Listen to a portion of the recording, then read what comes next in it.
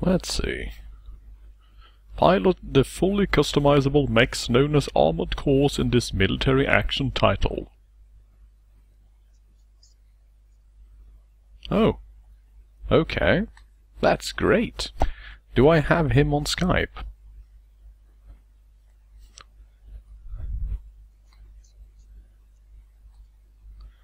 It's magic working time. I'm going to blur this out later. I really should get into the habit of blurring out Skype. I have done it in the past. I did have one video where I had to move some Skype windows around, including people's names in them. So I had a big white block that said Skype window blocker TM that followed across the screen. That was terrible. But I was sort of short on options, actually.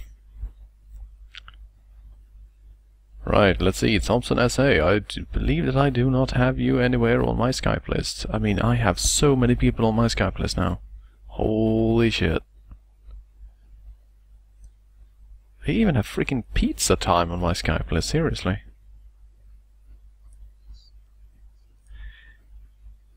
Yeah, there have been quite a few just popping in.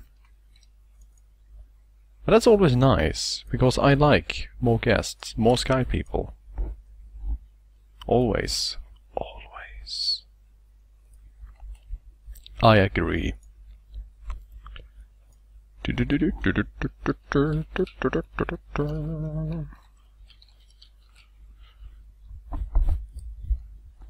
we go.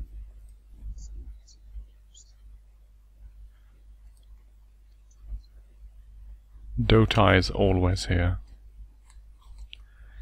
He arrives like a shadow.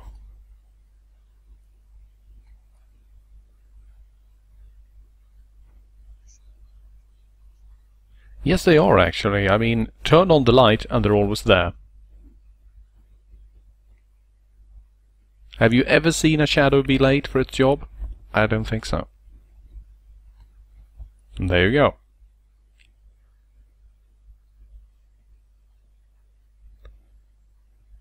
Right, and let's see if he actually shows up on my list. There we go. He has been added. So let's bring this shit up and actually add it to the code itself.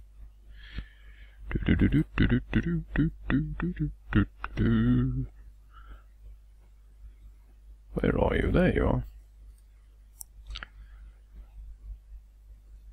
Make sure to show everyone that absolutely amazing avatar, because it is cool as hell. Yes, it's time to extract some fluids and secrets.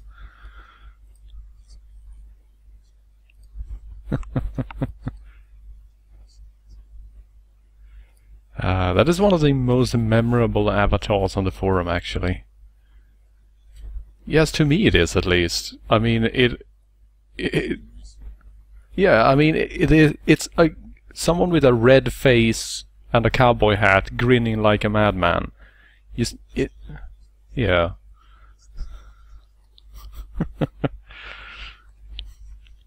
And you shouldn't. It's the only thing that lets me recognize you. Without that avatar, I would just go, Thompson, who's that? I don't know what you're talking about.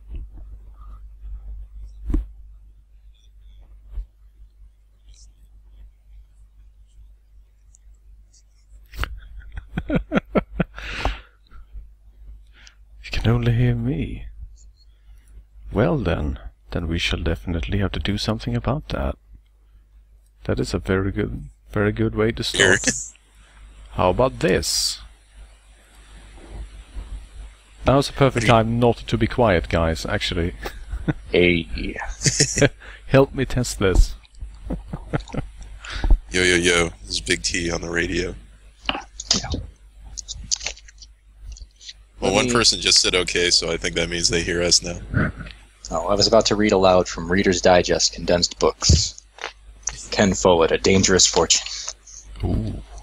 I was going to read some other pablum for people who can barely read it. Yeah, but to go back to that whole Mitchell and Webb thing, the thing is that we were playing a horror game, and then you brought that up, and the thing is that I had basically been marathoning Mitchell and Webb with my flatmate the previous week. So all the skits were still in, the frontal lobe, so just images and audio started flashing across my eyes for the rest of the stream. It was completely impossible to focus. Goodness gracious. I love that one about Friends of Moneypenny. John James. Honestly, my favorite skits were from the Mitchell and Webb situation, the one with where he's a farmer. Yeah, the farmer ones are great. I need to watch more of it. I just never viewed farming that way. So what are we you looking just at? put seed in the ground, and you get food you can sell. It's brilliant. It's a racket. I only ever played the demo for the first one. I never played any of the other ones for Armored Core. The very first Armored Core? I thought you meant Mitchell and Webb for a second. No, I don't think they made a video game based on Mitchell and Webb. Oh, they should. I played the first one on the original PS1 demo disc. At least I think it was on the... Yeah, that was on the original PlayStation thing. They've come quite a ways since then. I'll say that much. Right, but anyway, we've been babbling for way too long, so let's actually start the game. And I am going to switch over to my TV so I can actually see what's going on. There used to actually be a feature in a local game mag here in the US where the people would actually send in Armored Core designs and get them evaluated. It was pretty neat. They never... I don't think they ever actually took in any, like, super terrible designs that said, this fucking sucks. And they really should have. Yeah. You can gimp yourself something fierce in this game, seriously. And the best part is also that many missions are entirely dependent on having a fitting loadout. So you'll sit around and make this really neat mech and you're like, yeah, go time. And you jump into the mission and you realize that the mech you just built is literally the worst possible one. It's so heavy and overweight that it can barely even clear the floor. Yeah. Speaking of that, Arthur has pretty good, designs in mind for the mech we were talking about earlier. Basically, apparently we're either going to do a tractor mech or a Swedish mechanical robot tarmac layer. That's how we roll. The trailer trash mech. I like that while you have like super aircraft and mechs and shit, they still fly Apaches. It's like the helicopter that never dies. Well, it's iconic. You can't have a war game without an Apache. Mm-hmm. And without stealth bombers either, apparently. And naturally, red eyes. There is no other possible color for robot eyes. It's a ghost machine.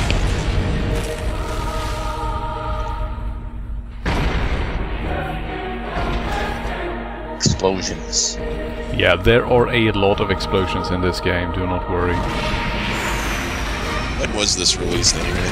This is a few years old now, isn't it? 2006 actually. Oh, that's pretty old. Though I believe it only reached our shores in early 2007. That's still kind of... Yeah, I remember it being kind of a launch title. Or released really early. Was it a good game or a bad game? It is a good game. Okay, good. Though a lot of people felt it was sort of limited in a sense. But then they released Armored Core 4 Answer, which is, as you might imagine, just Armored Core 4A, which had a lot of fixes and a better campaign and some actual storyline that did not rely on you just reading mission briefings. Hey man, not enough people know how to read in this day and age. Very true. I gotta say, this is a pretty baller opening cutscene. It is pretty baller. And I really like that carbine that just has a big shiv on the front that you can hit or stab people with. It's like, get away. I'm going to hit you with my gun. Yeah, take that, asshole. I really like the idea of, you know, mechs, like super futuristic weapons full of guns, resorting to using, like, weird oversized katanas and stuff. Yep. Now, the last time I played this game apparently was in 2009. Was a good year. Yep. It's like Animal Crossing. The hangar is all decrepit and there's weeds all over the place. A completely famished pilot crawls out. We waited for you. I really hate it when games try to make you feel guilty if you haven't played in a while. Yeah, screw that noise. I got brain training for the DS when it came out, and like I went without playing for a week, and I was honestly just so like scared that the guy was gonna get mad at me that I like didn't play it again. You haven't been keeping up. Now, here on the loading screens you see the cores and names of the various famous pilots in the game that you will be wrecking. It's actually sort of neat, so you can check their ranks, you know on roughly what order you will be taking them on. Sarah Angelic, number 31. I would think they'd be number 31 with a terrible name like that. And then we have key type A and B and, oh god, so much shit. Got all 4 options. Yep. Then you have movement on the left stick, looking on the right stick, makes sense. Boosting, weapon controls for weapon 1, weapon controls for weapon 2, including magazine reloads, purging of weapons, which is hilarious because you can you literally just drop the weapon. It just detaches from the mech and flies off, so that your mech becomes lighter, so that you can move faster. That is a function in this game. Watch me purge this empty bag of chips. And that is pretty much what you're supposed to do, is this silly thing. Now, auto boost. Fuck that noise. Weapon auto switch. No. We're playing with all assistance off, because I'm fucking awesome like that. I'm a fucking new type, bro. And here's the fat kid with the angry crying red baby avatar. I want to see it. Wow, that's some icon. Alright, tutorial time. Are these like... Are these things just like their names, or are these just the names of the robots they use, or...? The name of the mech itself, or core, is actually Red Cap. Like a goblin? Yep.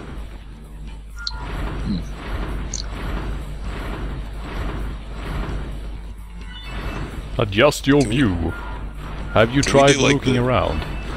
Can we do like the overboost thing where like we juice up our engines and then we just fly around for a few seconds before falling off? Yep, the overboost is still a thing. Alright. Alright, boost tutorial. Gotta go fast. Just like Mahatma's K. Gandhi, gotta go fast.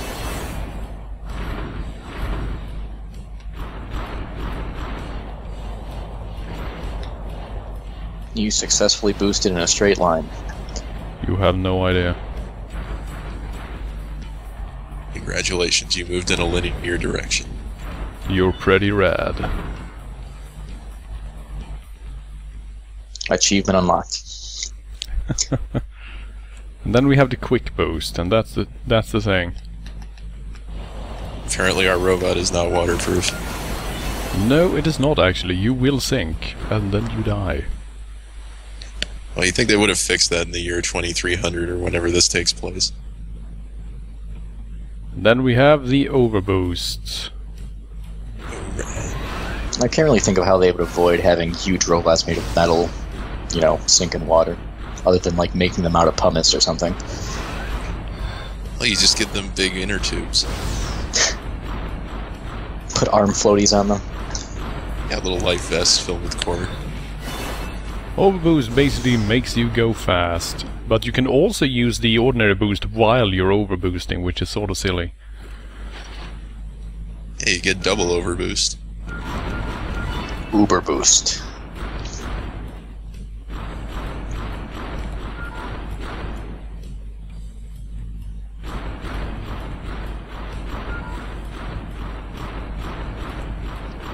Firing weapons expends ammunition. No shit. I know, right? You wouldn't expect that, but it's true. We get like any laser weapons or solar powered guns or anything? You have no fucking idea. This game right here, bro. It has more guns than you know what to do with. It's like Borderlands, it's the bazillion guns thing.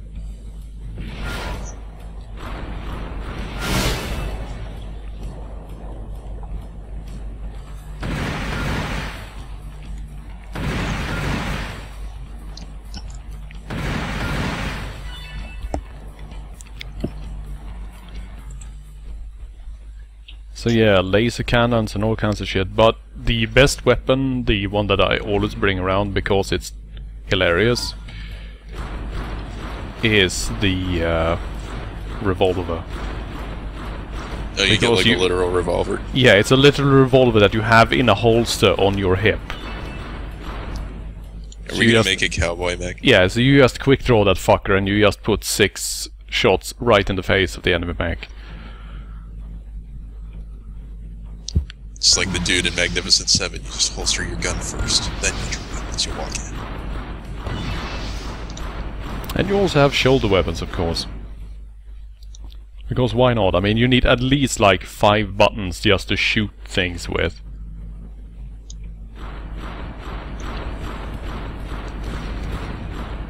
Can you press them all at the same time? Yes, you can. And you will sort of have to. Lacrosse mode. Yes. Also, since you're naturally a cool guy, you can shoot down incoming enemy projectiles, because that's just how you roll.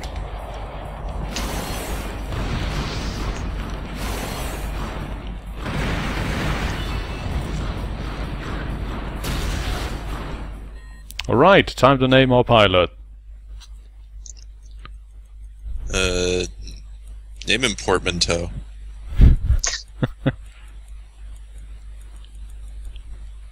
There we go. And now, we are not actually called pilots or anything, but we're called links, you see, because we are the link between the core and the, yeah. Egg. Yeah. We're the link between the shell and...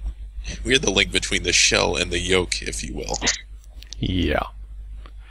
Then we get all kinds of different mechs that we can start with. We have the Sunshine by GA America, that naturally carries 2 backup revolvers, because fuck yeah. Because America. Yes, America. It's basically just a big thing with grenade launchers and shit that just blows everything up. Alright. Then we had the Hogere from Rosenthal, which is the German stylish as fuck thing with a horn on its head.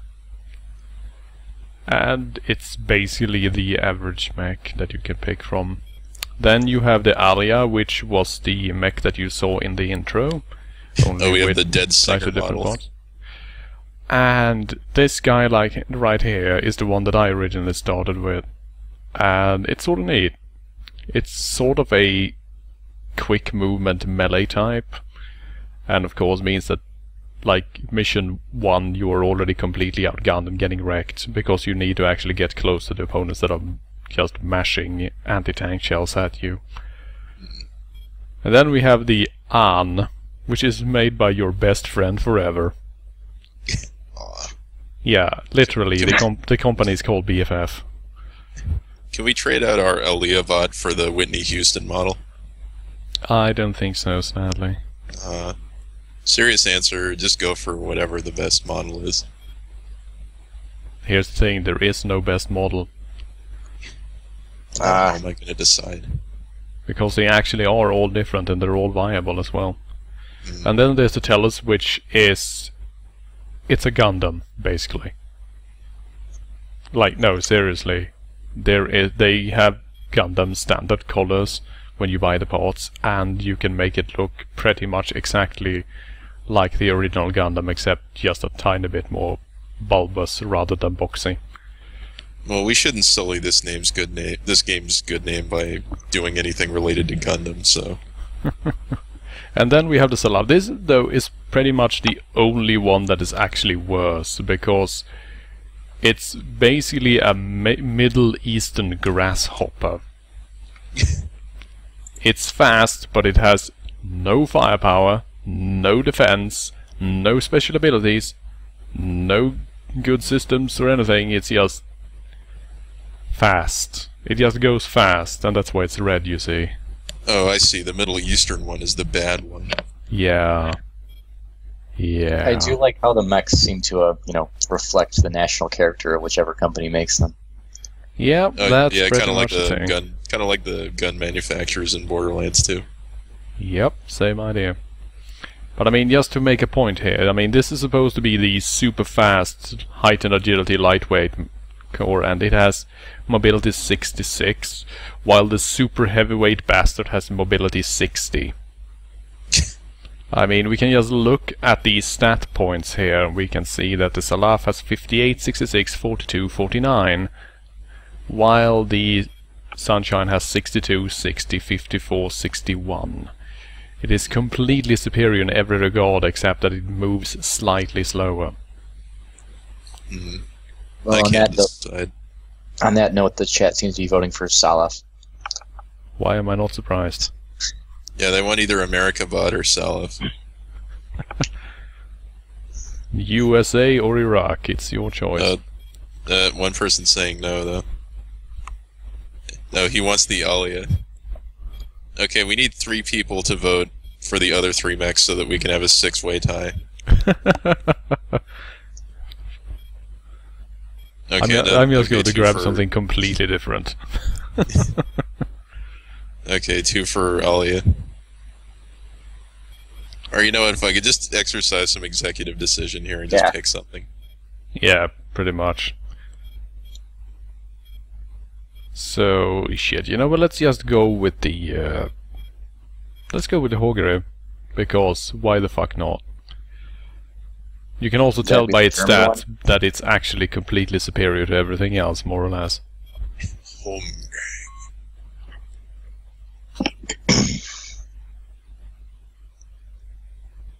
Balanced general use AC, adaptable for any use in battle. And the mass pilfering of technology. Applications for home, the finance, and stage was an unrivaled raven paired with the next craft, used by research and development in their experiments.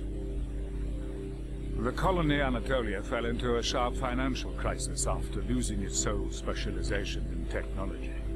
Relying on a mercenary for hire was the inevitable... Am I supposed to have played previous Armored Core games to know what's going on here? Yeah, are we missing the rich backstory? I mean, there is a bit of backstory. The thing is basically that super corporations and colonies are all that's left. There are basically no real nations per se anymore. They don't have any power. So we are a mysterious raven that is a core pilot that has been recruited by the colony of Anatolia, and all they have basically is a decent research and development team and the resources necessary to put cores together. So we work as a mercenary worldwide in order to earn their keep. Oh, so it's basically like the plot from Einhander, or Einhander, however you pronounce it. Einhander. Yeah, that one. We can check our schematics, and we have the... oh, hello. Oh, we can't load that. What a shame. And here though, the Aquavit Tepes 5. Hell yeah. Right. Einhander is a good game. More people should stream that. I will never stream that because it will destroy me. Right, so here's what we're piloting right now. Can look at it from various angles. It has a unicorn horn for some reason. Something. Just in case something gets close enough to headbutt us. The chest is sort of in the way, though. It's sort of difficult to get at him. Yeah, the main character is a raven who pilots giant robots. Yeah. We're one of those famous talking crows from that one abbey. And from that one poem. Right, so we can't edit company standard armored cores because they're copyrighted. So we need to create an original schematic. I love that it bothers to tell us that. So we can rename our specific schematic to anything we like. Carton. The carton. You know, for egg. I suppose. I'm having second thoughts about that. Well, let's see. What other? How about what other Carlton instead? Hard boiled. Yeah, hard boiled. It's the Carlton class mech. Will dance when least expected.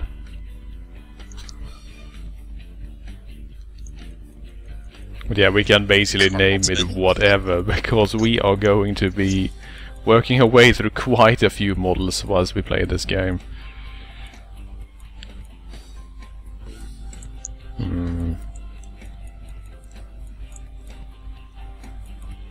Let's just call it ham for now.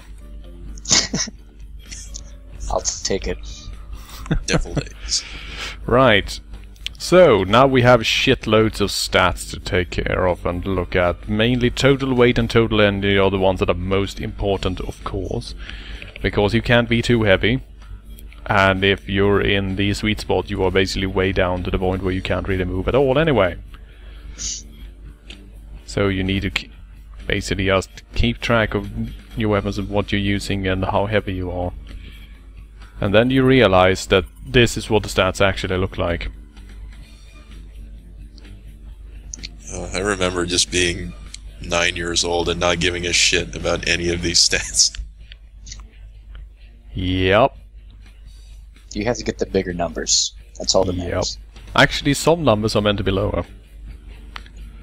Oh, I probably wouldn't have been able to figure that out. And then of course we have the stabilizer, which is normally on auto, but you can put it to manual, which is hilarious. Because you can tune up how your guy is standing, which is great. And for the anal retentives out there, you can control your pilot's breathing. I wish you could.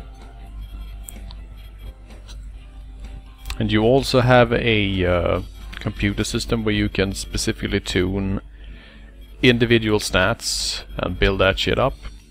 Because, hey, why not?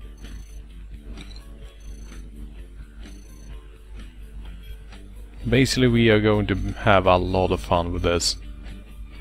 And you can, of course, just exchange different parts if you like. And just... We're gonna spend half the time looking at the screen, aren't we? Pretty much. That's the thing. There is so much shit to do. Alright, let's paint it. Can we get a shield? No, it's just an FCS thing. Now we can paint all individual parts in different colors. Or give them patterns. Such as camouflage patterns in various types. Which is sort of neat. We also have 3 different color input types. Just in case. Can we give ourselves the most butt-ugliest camo we can think of? Yeah, I was gonna say. I vote for all primary colors. That's pretty eye-searing. Yeah, all RBY. Not to mention these freaking sub-colors, goddamn. Oh man, switching the color palettes is gonna take forever.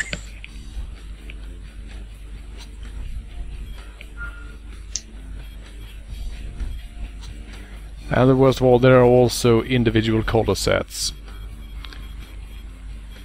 So you can just grab finished ones, set up pink or whatever you like. Sylvain says that the mech should be green because we're egg and ham. That's a really good point. I agree with That is actually a brilliant point, yep. That is what we're going to do. Alright, let's hop over to all and check color sets if there are any neat greens.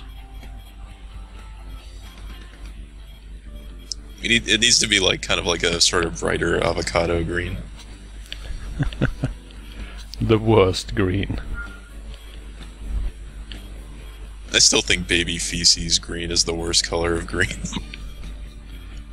I didn't even know there was such a thing, but now you have informed me. And now I must live the rest of my life knowing this.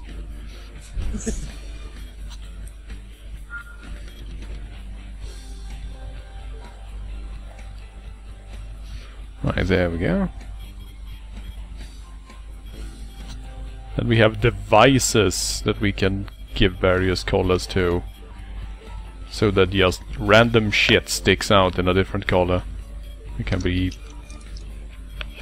shit, I don't know. White-ish, I guess. Right, Oh, man, so we're going green. Yeah, we are green eggs and ham. Nice. So what color should our weapons be? It should be hot pink to represent the ham. Pink guns are okay. Yeah, if Rick says hot pink, do it. Let's see. We can mix dark pink and light pink. There we go. But Dodai says we should do the Dutch flag. Alright, there we go. I don't even remember what the Dutch flag looks like. Nobody does. Not even the Dutch. Right, so let's pick an emblem. Ooh. We don't really have all that many to work with though. We have one that I made earlier. What is it? It's a skull with a crown. Earlier in 2009. Even earlier than that, actually. I thought it was really cool. Right, let's see. Start on this layer. Do we have any eggs?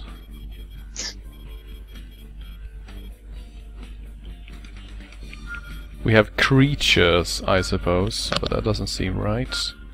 Nature? No. Armaments? No. Where are my eggs, damn it? Does this game not have eggs? We can have a spoon, I guess. Maybe we can throw Dottai a bone and just make a tricolor Dutch flag. Yeah, if we can't get an egg, I guess we're gonna have to settle for the Dutch flag. Unfortunately, we couldn't settle for the Dutch baby.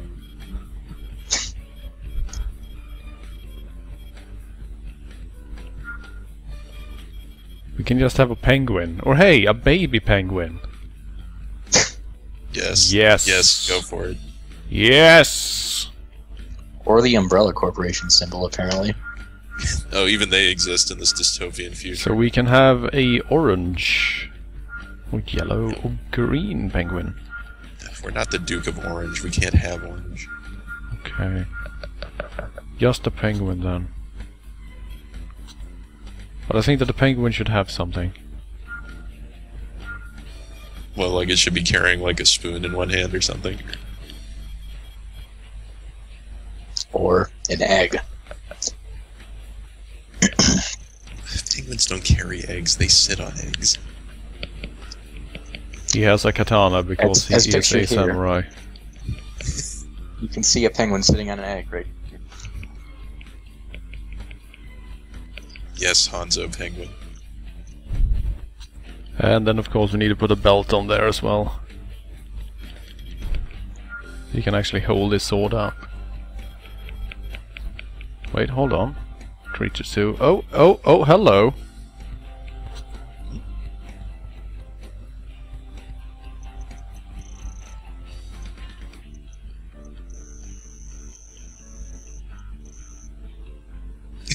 give it a big googly eye. No, an eggshell helmet. Yes. I hope it fits on there properly. Right, clearly we are going to have to move this guy a bit. Make him a bit smaller, move him down.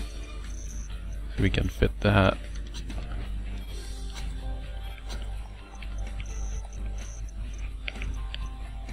Boy, Arthur, I don't know how to say it, but you're a real egghead. Come on.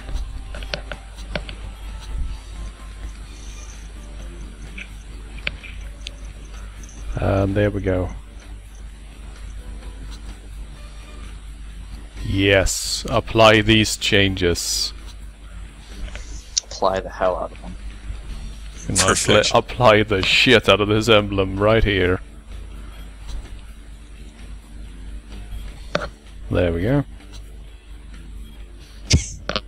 Brainav, other ravens don't know what the fuck about the penguin. Yes. You're a raven who secretly wants to be a penguin. You can also put shitloads of decals and stuff all over yourself, so you can actually just do this. Just emblazon the penguin on your chest. This is ours, do not steal. Copyright forever. There we go. Yes, do apply these changes. We are ready to rock and roll. Like an egg. Roll downhill and crack. Alright. Alright, time to scramble. Time to actually fight something for the first time ever. Right, so, first strike. We get 40,000 credits for completing the main objective, which is the destruction of the enemy. We have an ammo quota of 50,000 credits, which means that our ammo costs are under 50,000 we don't have to pay for. Now the projection data is that we should finish the mission in 3 minutes and take less than 8,000 armor points of damage. Let's see how well that works out. You can totally play any given mission and end up spending more money than you earn. Actually, yes, more or less. These groups just let themselves in and set up shop. This mission is a little show for the Pox, and as Anatolia's next, Oh boy, we're going to Australia. GA, the largest company on the lot, is especially eager. Thankfully, we should have a good chance against all those hoop snakes now that we're in our armored core. The stage is set. You would think, but Good luck. they're tricky bastards. You would think because Australia is where all the horrible Cretaceous monsters that haven't died off yet live.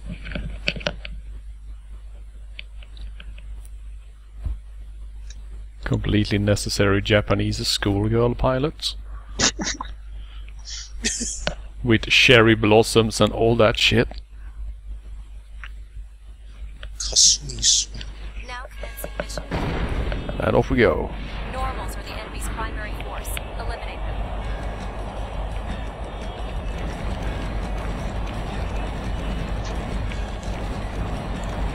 them. Just shoot everything, of course. Normals are the enemy's primary force. I would think so. You'd think so, but you'd be wrong. Are there missions where we lose money for, like, causing collateral damage? Actually, yes, there are. Although I completely forgot about that. That you actually do a boost slash if you're boosting it. Use the melee attack. Man, the intro made these explosions look like they'd be so much more impressive than they are in-game. Enemy normal confirmed. There's your target. Take that.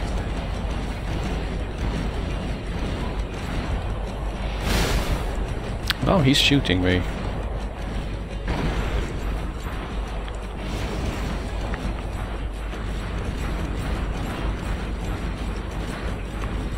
So do we have like a shield or is it just all armor points? We have a shield of sort that actually protects us. Oh, it's like it reduces incoming damage instead of blocking it entirely. Yep. And he's down. Hey, get down here, asshole. So who is the enemy here? This guy. The rebel forces. Yeah, terrorists, basically, apparently, that somehow magically have all kinds of shit. All enemy normals destroyed. Hey, they're terrorists with really good sponsors. Yep. There will be a lot of those in this game, let me tell you. Yeah, Well, that didn't I take can so tell that I have not played this game for quite a while. What? Dotai, when I was a child, my father always told me that the Dutch spirited away disobedient children in the night. I still don't know what he had against the Dutch. Right, so we used almost 26,000 credits worth of ammo. Well. Well, the clear solution to this is to stop using ammo. Yep. All melee, all the way. You did brilliantly. Emil is ecstatic. I'm sure he'll do his part. Then you'll be sent back into the fray. We were the aliens all along. Oh my god. The Pax Economica. Totalitarian rule by the companies, beginning after the national Totalitarian dismantling. rule. The companies Their aim beginning after was the national tempered redistribution dismantlement. of limited resources. These wise fiscal masters took hold of resources. Oh, this and level markets right by here. Oh god, I hate this driving level so people much. into the colonies and lives of Thank Is goodness this we're not game's- playing that for a while. Is this game's plot basically every cyberpunk plot ever, where like companies own everything in the future? Yep. GA was nothing but an antiquated giant. That was exactly It's closer than you what they think. expected our offer. Actually, yeah, I think in was it Honduras? They're basically allowing companies to make their own private cities now with a charter, and they get to write their own laws and have jurisdiction over anybody who lives there. Yep. In Honduras. Some South American country. I would think South America would vehemently be opposed to anything like that, given their history.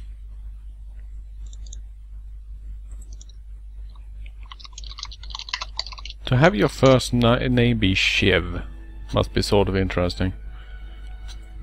And now we unlocked shitloads of stuff! Oh, that's a lot of stuff. But I don't give a shit about that, because we are going into the weapon screen, because we are going to have to change our weapon layout. So what happens if you completely run out of money? Then you are in deep shit, my friend. Then does it just game over, or does it not let you do anything He whatsoever? just laughs at you. Learn to budget yourself. Ooh, Gatling You have to gun. keep selling off parts of your mech until it's just an engine with legs. You have to prostitute your mech on the street. That's terrible. Hey there, gorgeous. Looking for a good time. And then of course the hangars, because hell yeah, backup revolvers. I mean, look at that thing. It's basically just a big square with a rectangle attached, and That's then not it a just weapon shoots the robot should things. use. It has a ridiculous attack power too. Not much in the way of ammunition though.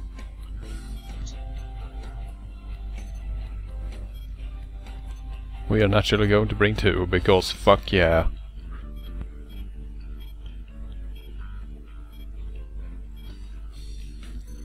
And we'll auto-stabilize. Here though, now we can actually begin investing our FRS memory into making shit better. Now, interestingly enough, you see how there are quite a few of these. Well, guess what?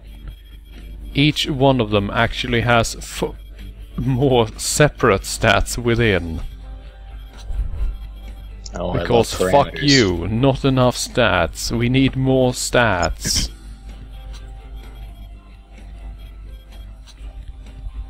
In case you have weapon skills and precision and shit, and you need to invest a certain amount of points to actually make it go up. Different ones have, of course, more immediate effects, like mobility, for example, that has these really high stats. You notice the difference quite quickly. So let's just put our points in mobility for now, so that we can actually get around.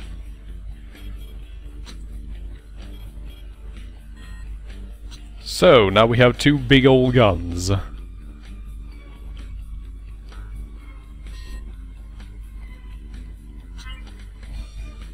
But apparently we cannot actually afford to have those guns. How depressing. Welp. Complete bullshit. Alright, let's try something slightly less dramatic then. One big gun?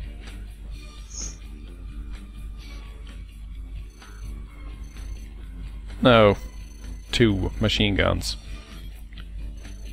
We should be able to afford that, I think. Yep. Because we sort of need to be able to fire decently quickly for the next mission, is the thing. The mission swarms over red eyes, which is a completely ridiculous mission for many reasons, but you'll see what I mean. Let's confirm the mission. A fleet of unidentified submarines is closing in on the Eocene launch site. The ship's weight characteristics indicate they're Omer's Safi-class special subs, likely loaded down with Omer's explosive self-destruct weapons. You'll stand by on the peninsula and intercept the incoming Is that self-destruct Guatemala? weapons with a volley of fire as they approach the launch site from the shore. Those are your orders. So basically, there are subs coming, and they will be firing off these really slow floating explosive things, and unless we shoot them down, they will ruin everything. They're right on schedule with our projections. Prepare to intercept. I don't know why, but this just reminds me of the Syrian government putting sea mines on land because they ran out of actual land mines. Well, whatever works.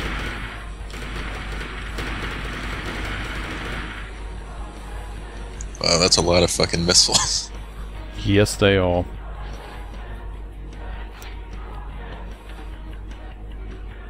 Kind of majestic, actually. It really is. It's the HE mating ritual. Now imagine if you went into this mission like a moron with the melee-based core without having actually invested in ranged weapons. You will be sort of angry with yourself. You mean you couldn't just fly around at the speed of sound and slice all the missiles in half? Sadly, no. I believe that there is actually no way of finishing this melee only. Also, I like that how the entire sea is just red with the sheer freaking number of these things being launched. I mean, that shit is pretty hype. I actually do kind of like the lighting in this. And of course, there's a Latin choir singing in the background just to add further drama to the whole, well, already apocalyptic approach to the thing. So why is it all up to you to stop these huge waves of missiles? Because I was the only one who was nearby. The only loose cannon for the job. Exactly. Very loose cannon. Only a loose cannon can fire fast enough to do this. God damn it, he gets results. Enemy submarine. I'm reading what Dodai's saying about his dad. That he had a copy of Sid Meier's Pirates and he spent all of his time sinking the Dutch and French ships. I'm starting to think his father might have a problem with Dutch people. You don't say. Now what did the Dutch ever do? Well, that depends. Are you from Africa? In that case, you probably don't like them very much. Hello, sacrificial toast. Damn it, I fucking knew that as soon as the missiles got close, it'd be really obvious that they're like 2D sprites. I knew I would be disappointed.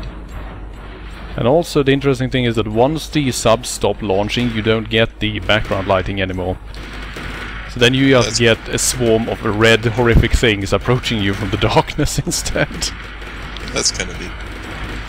And as you can tell, we can actually target different missile swarms with each weapon. It is possible to have proper actual target control for individual weapons, but it's sort of tricky to get right.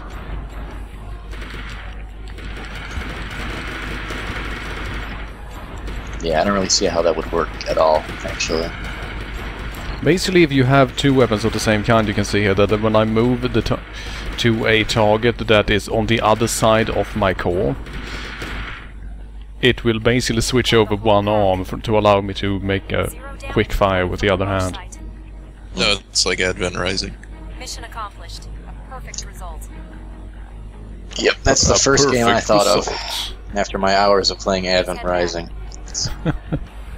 I never played that game. All I know about it is that it was one of those few games that did the find this, send in a picture, and get $1 million contest.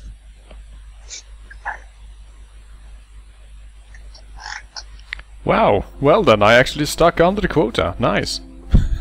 Alright. But it was close.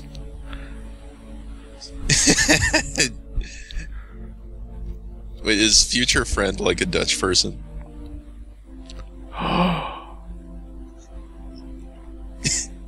Dotai, he got mad at me when I mentioned Future Friend. He just glared at me when I told him I bought Future Friend the XCOM collection. What? You did what? You're dead to me, son. Get off my stream. Now we have elimination. Now if I remember correctly, this is the one where you shoot lots of small people. Oh right, we get to choose which mission we do instead of doing them all linearly. Yeah, I mean we can do them in a different order if you like, but there's really no point in a sense. Because we are going to be playing them all. Here's the thing. Right now, during this stream. Yes, the entire game. Playing the whole game. Go. Marathon.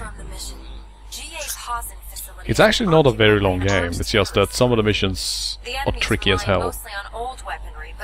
It's like Metal Gear Solid 3, it seems like it's a lot longer than it really is. You have clearance to eliminate any normals that oppose you. Your task is to clear the enemy out of that Fucking normal fags. I'll wreck your shit. Why would you call them normals? Because they are not nexts, you see. They're like muggles, you see. Yes, that is actually exactly it. That's exactly what they are. That's exactly what it means, really, because, you know, I'm a Lynx, which means that I can pilot next with all the advanced armored cores, which basically means that, yes, I am a new type. Well, these assholes are just average people, and they have nothing to stop. They have no place. The mundanes. Yeah. Now, if you'll excuse me, Arthur, I'm not very well versed in this whole Gundam thing, so as far as I know, a new type is supposed to be just a psychic pilot, or something like that. Yeah, basically it's someone who has thrown off the shackles of gravity, which means that they have sort of limited Jedi powers, but they also have a perfect ability to navigate in three-dimensional space, which of course is really great if you're going to be fighting in space, in mechs.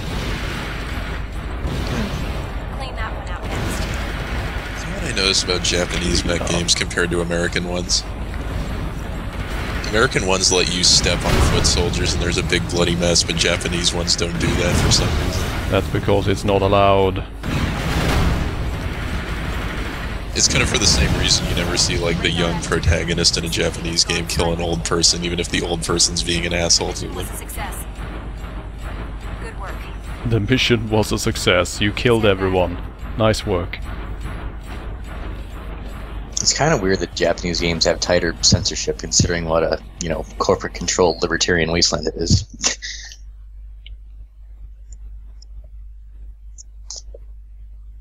Rank A!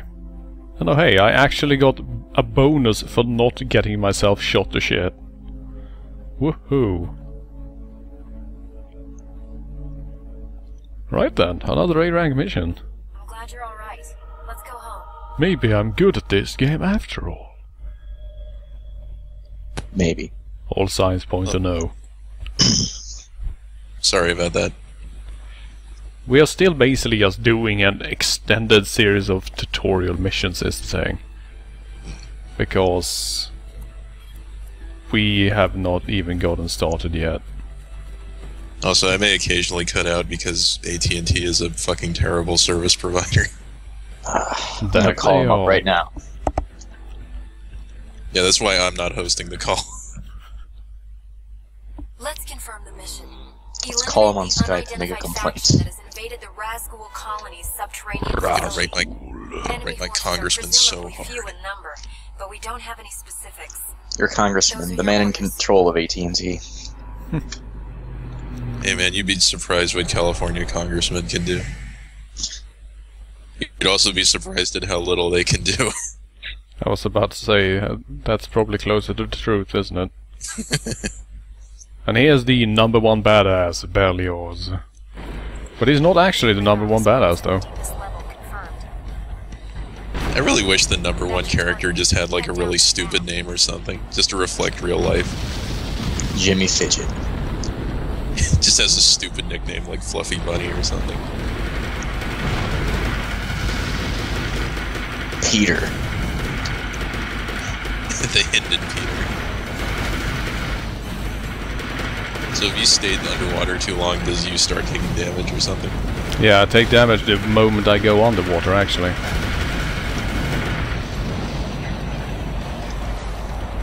I remember in that like crazy ass, like super realistic simulator that came with the $200 controller, Steel Battalion. Yep, Steel Battalion.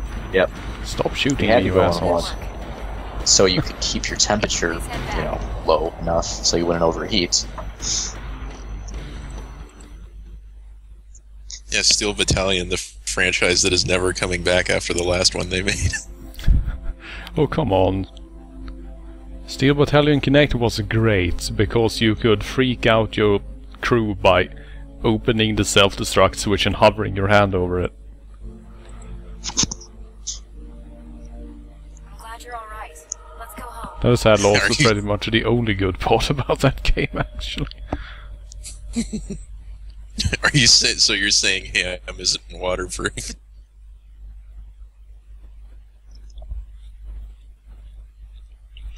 Operation Descent. Let's see.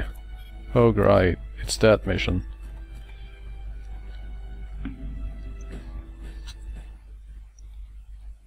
Do they just airdrop you and you have to, you know, fall through the hoops and get enough points? Well, sort of, actually. A small cadre of normals constitutes their chief firepower. Ooh, we're in Australia again. Control of some of the facility's security laser cannons. Not that it makes any difference at all. This is a level 3 protected area. Finish this operation as quickly as possible. This transport ship would be Well, we can pretend there are kangaroos and wallabies about. Down to the facility's core from a high altitude. Those are your orders. It's called Operation Descent, see, because we will be dropping down a big old pipe and descending through it. We are imaginative.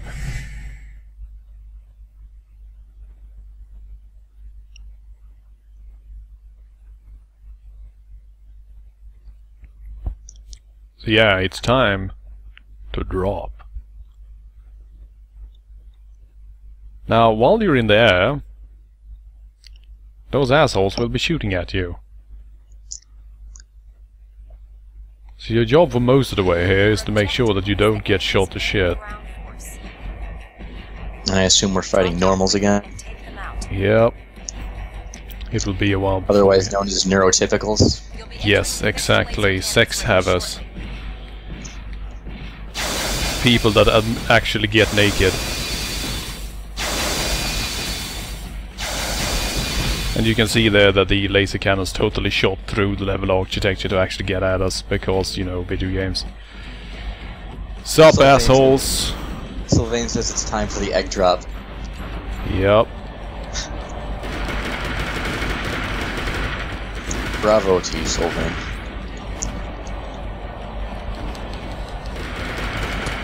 Oh, sweet Jesus. Target destruction confirmed. 3 remaining. Does somebody seem concerned about you in the chat? Arthur, are you okay? You sound kind of out of it. Keep an eye on the clock out there. Did you eat breakfast this morning? Taking illegal drugs. Well, I don't really have access to any legal ones, I was about to say. Let's see, let's dance you and me, Mr. Guy over there.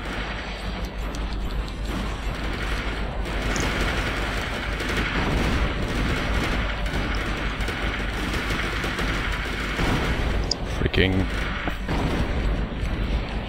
Should probably switch over to a different control scheme later, I realize. Not terribly comfortable with this one. One left. It would seem. It really is a bit trickier than it actually looks, is the thing. Oh god, why the heck are you standing in this elevator? What the heck are you up to? Well, he's trying to get to a different floor, obviously. The mission was a success. God, I took way too much damage today. Ugh. Please head back. I was hoping that my stylish green armor would reflect the lasers, but no such luck. I like how you don't have to worry about just, not dying, but also having to pay for, your armor repairs. Well, it's an expensive business being a mercenary. Also used 50,000 credits worth of ammo, goddamn. Basically, this whole mech program is just a giant money hemorrhage with absolutely no point to it. Just like mechs would be in real life, yeah.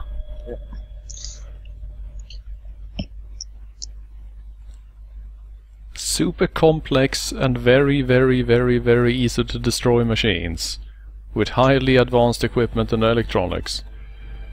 Like, that can be knocked over, because they walk it's on like, two oh, legs. you a moron or something. Why would you even do this? We invented these things called tanks, which, can always stay flat on the ground and can move over any terrain and are highly armored. But I have this new idea for this thing that walks on 2 legs and can basically just be knocked over, and it's very difficult to control. I think we're going to go with those. It's the next step in military technology.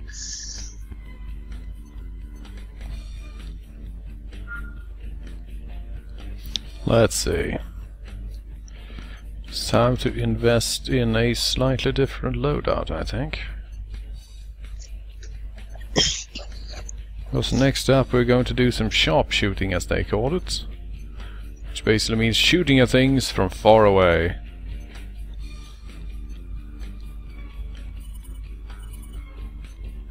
So naturally what we grab is a giant bazooka and we just blow that shit up. Problem is that weapons are expensive as hell in this game. I mean, look at that. We made roughly 500,000 in these past few missions, and one bazooka is 345k. Well, you see, they charge you double to make them pink. I suppose. Though I do like the attack power on the grenade launches and so on. It's like, yeah, 20,000. It's 100 times more powerful than the machine gun.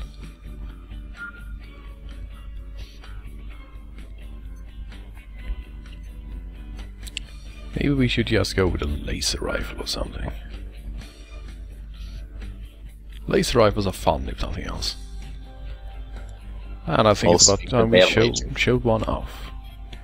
Let's see, and on the other arm let's have nothing. And what else can we bring along? Now, would the lasers be hit scan then? Almost, more or less, yes. Ah, yes, of course, the sniper cannon. I don't even know how that works.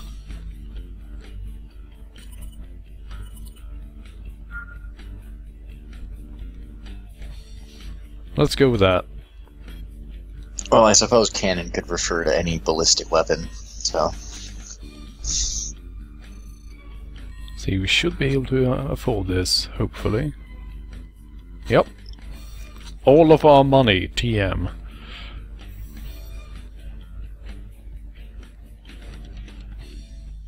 And of course, the war car. Which is pretty much a war car, yes. Oh, Thompson's has left because of that AT&T. Oh. Let's confirm the mission. An unidentified armed group has reoccupied Griffin, the independent city. Well, GA is it's a good thing planning a I have. large-scale Oh, I have airship AT&T attack to too. rout them once and for all. Damn it. It's your job to take out their long-range weaponry to clear the way.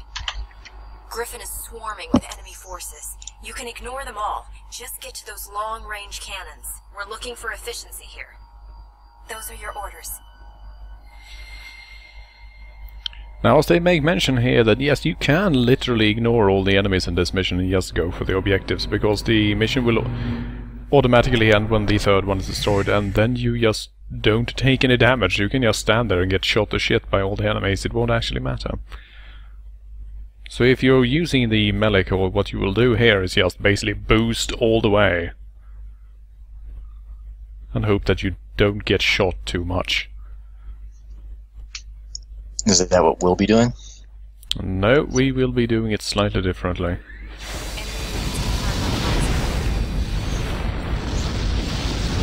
Ignore their ground troops. Focus on the long-range cannons. Number 37.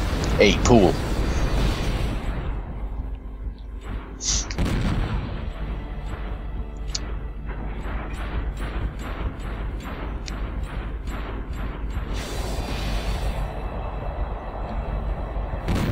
Enemy ground troops approaching. You've still got time. Prioritize the elimination of the objectives.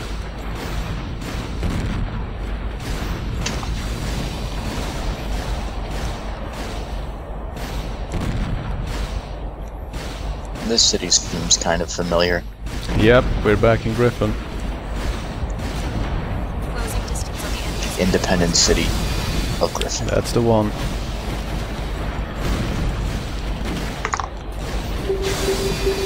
Whoa, and we got critted from behind. Not good.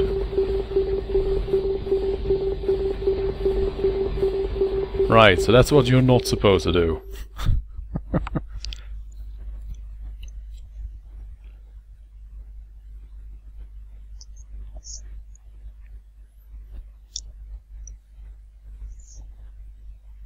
Luckily, there is literally no penalty whatsoever for death. You just retry that shit. An unidentified armed group has reoccupied Griffin, the independent city. I see this is a younger, less jaded From Software then. Well, you know, with your very, very limited resources, a single mission failure, if you actually, you know, had to pay for repairs and so on, would mean that it was pretty much game over, since you wouldn't actually be able to recover from that. Ignore their ground troops. Focus on the long-range cannons. Closing distance on the enemy's main force now. And I sure wish that my guy would actually shoot at the target I'm aiming at, rather than everything else. That's not all of them. Enemy ground troops approaching. You've still got time. Prioritize the elimination of the objectives. Let's see if I can get to that freaking objective. Hello there, Mr. Cannon, sir. Could you please fall down and die? There we go. Destruction of all objectives Whee! confirmed. Run away! The mission was a success. Good work. Please head back. Please head back. This was a so-called limited success. Oh my god, so much damage. On the other hand, we got a hilarious bonus due to taking so little time. Interesting. I'm glad you're alright. Let's go home. I'm glad you're alright, she says. I'm not alright at all! And also this guy, Rhodey. He is America.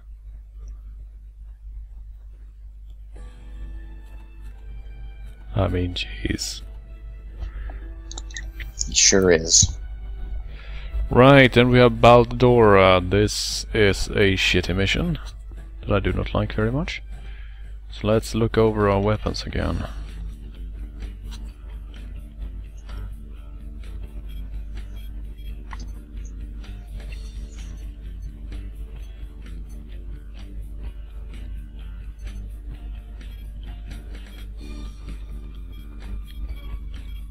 So you can get rid of that for now.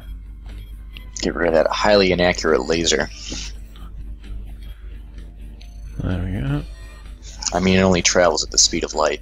Yeah, I know, right? Now, next up, in this little mission right here, we're supposed to basically just run a gauntlet. And then we're supposed to destroy one thing. Let's confirm the mission. The Maghleb Liberation Front is White Africa's largest anti-establishment group. You'll attack their fortress in former Gelta, take out the entire squad of guards. The old Gelta fortress is a holdover from the wars of ethnic cleansing. It's a natural stronghold. I'm always trying to guess which country we're going to on the little world map on the briefings. But remember that the old large barrel Seems like cannons set along the Algeria, canyon maybe? most I'm not that good impressive at tower geography. range. Those are your orders.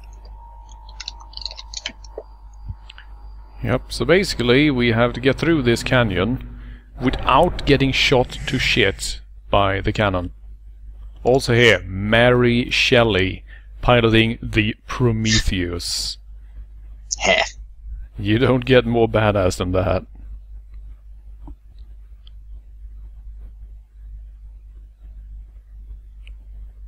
There's really weird references in this game.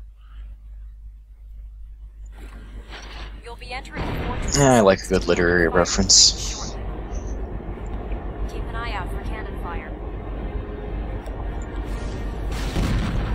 Also, I like that I basically go keep an eye out for cannon fire. I'm like, yeah, I sort of see something. Oh wait, there we go. They're shooting the shit out of me. Please help. That's a good way to go blind. Keeping your eye out for cannon fire. Just rip that fucking eye out. Throw it at him. I also have to say that I like that you see that sometimes your shield activates because of debris being thrown up by explosions. You don't actually need to get hit for the shield to activate. Just be in the danger zone, so to speak. A defensive force of normals is in It's a place. nice touch, as they say. Yes, that it is. Take them all out. Take them all out. Working on it. God. Ah! Why did you drop me here? I don't understand.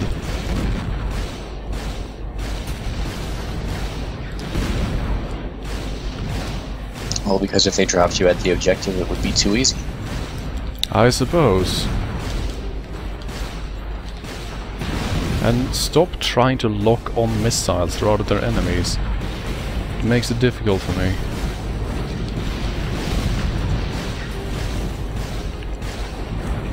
Three enemy normals left. Just a little more now.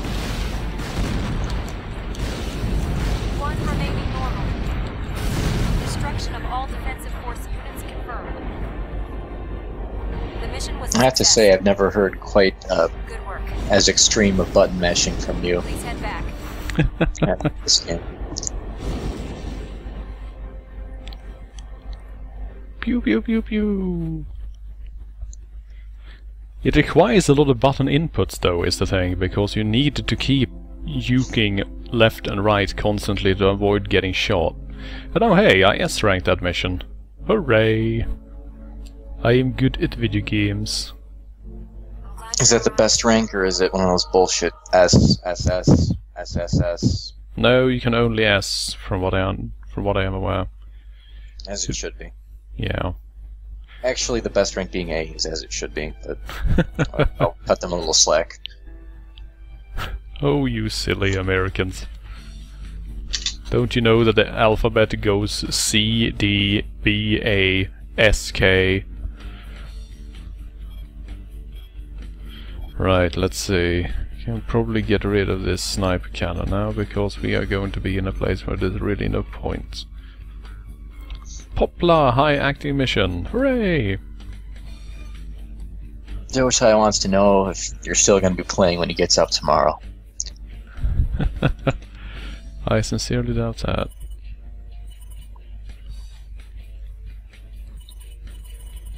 Let's put some missiles on there.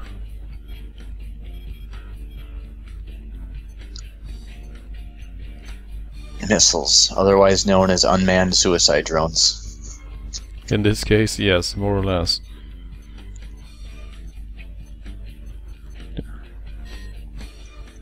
Sort of annoys me that we don't have any shoulder weapons yet. Those tend to be pretty rad.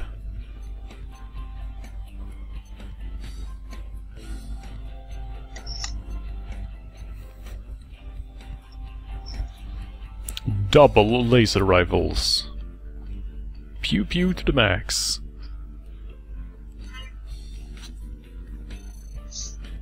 Don't they know the lasers don't even make noise? They do in my world, damn it. Oh god, there we go. Wasting all the money we have again. You do that a lot in this game.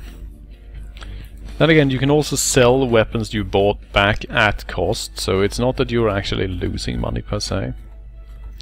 Right, I like that your ammo quota for this mission is 82,000 credits. It's like they know. They know. Let's confirm the mission. This time, it's the Maghlib Liberation Front's Eritrean stronghold. Eliminate their entire ballistic missile arsenal. This is one of the MLF's central bases. You'll be facing an elite force, including several normals. That seems to be We've Libya. detected a fierce sandstorm. It's in the area, Eritrea, so though. visibility will be extremely limited. Focus on tracking targets It's by the radar. Eritrean stronghold, so it's in Eritrea. Well, it's in former Libya. They must be in the process of naming it Altria right now. Eritrea has been a real country for quite a long while, actually. What do you...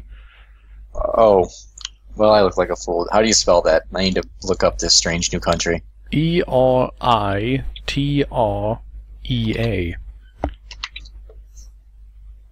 At least in Sweden. Well, blame me for being American. I don't blame you at all. The only reason I'm familiar with it is because we have a Swedish journalist that has been Ballistic missiles in are prison in active. Eritrea for like years. Head Ah. to the stronghold using radar. Oh, regardless, according to Wikipedia, the place that that map showed is not anywhere near Eritrea. They're right on. Well then, You're surrounded. nice work from... Thanks, Obama. This is a pretty neat mission though, because you can't see jack shit and enemies just basically pop up right in front of you, which is sort of neat. Then again, since this is a, game like this, you don't actually need to bother at all with these assholes. You can just wreck their shit. You don't need to fight any of the enemies, you can just shoot things.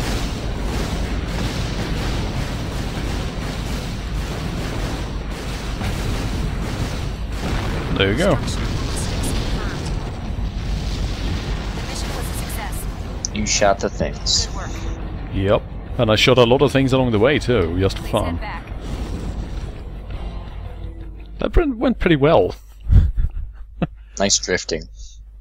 Drifting is the thing in this game, you have no idea. Wow, okay, I took 938 damage and they were expecting me to take 15,600. Yeah, I think I deserve that S rank, thank you very much. I'm glad you're alright. Let's go home. I would perhaps even go as far as to say that you deserve an SS rank. Hell yeah. And here's the most dangerous pilot, Eugene. The most terrifying name. Right. Okay, this is the last mission of chapter 2. Once we beat this mission, we will move on to the next chapter. And it's our first duel. I will not be changing out our weapons because I'm feeling pretty confident. Intercept the Maglev Liberation Front's ground transport convoy and destroy the armored So, core what are the belonging to rules? their You walk irregular 10 nest, paces and then turn Object, around. the Desert Wolf. Right. More By like taking we on a lethal amount of fly psychic around Amajik has achieved a degree of control over his all armored over the core area and far just go beyond fucking the crazy. limits of his minimal AMS compatibility. You're Oh, dealing that with works someone too. anti-establishment groups across white Africa consider a hero. He's too dangerous to face in conventional combat. Amajik's next, Anti-establishment is groups based across on a white lightweight Africa. Ekbal standard armored core. Its defenses should be minimal. Take I don't it know out about before that. it can be activated. Those are your orders. Now, so basically, being a next is something you have to be born to be, more or less, because you need compatibility with the system that the cores use. And you can't be a sex haver. Exactly, you can't be a sex haver because then you're ruined for life. Your wizard powers disappear. But in any case, this guy has basically been using psychotropic drugs and just, you know, doing it anyway. So he's I like his not very initiative. good. Target sighted. Currently en route via ground carrier vehicle. Don't get ahead of yourself. Let it come to you, then attack. I should also Well, mention that the boost Target has is Let it pressure get as close as sensitive. possible, then hammer it. It never works how it should. Barbaroi has begun it. So this is the end. Or are you? And there we Barbaroi go. has gone silent. We didn't actually have to fight him. The mission was a success. Good work. Come on home. Don't Well, use that- drugs, kids. I am a cowardly asshole. But yeah, basically, if you take too long or if you destroy the vehicle before you destroy Barbaroi, he activates and then you have to duel him by flying around in the entire goddamn area. Me, I finished the mission in 49 seconds with no damage.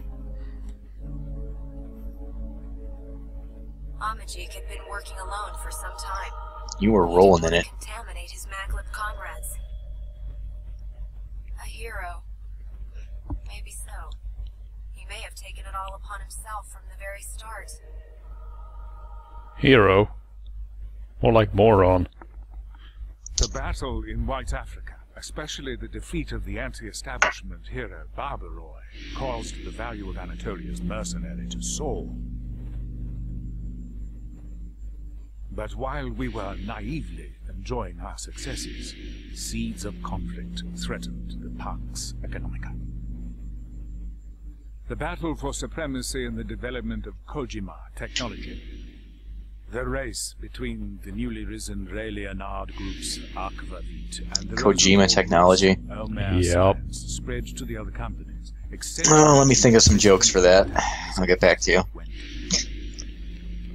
The world's counterfeit piece had begun to unravel.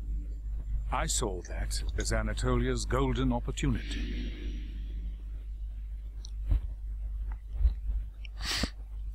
So basically Kojima technology is this magic thing that is like half super laser, half psychic powers almost. It's silly. You really shouldn't worry about it.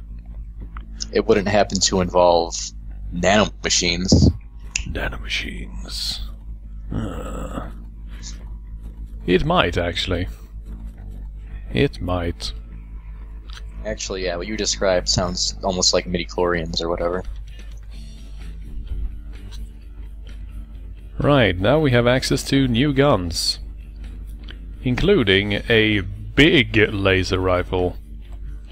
Yeah, new guns, same as the old guns. Now here's the interesting thing. The big laser gun actually has less attack power than the little one. What? It has better range and pierces shields better though. We do have the Altair laser rifle though, which looks like a giant glue gun. That one is actually pretty good. Also plasma rifles. Plasma rifles on the other hand are just completely fucking ridiculous. They do shit tons of damage. But in return you have pretty much no shield piercing whatsoever. So if their shields are up, you'll damage the shields quite a bit, but you won't actually damage them very much. You also get very few shots to work with. And of course we have unlocked the Dragon Slayer laser blade. Yeah!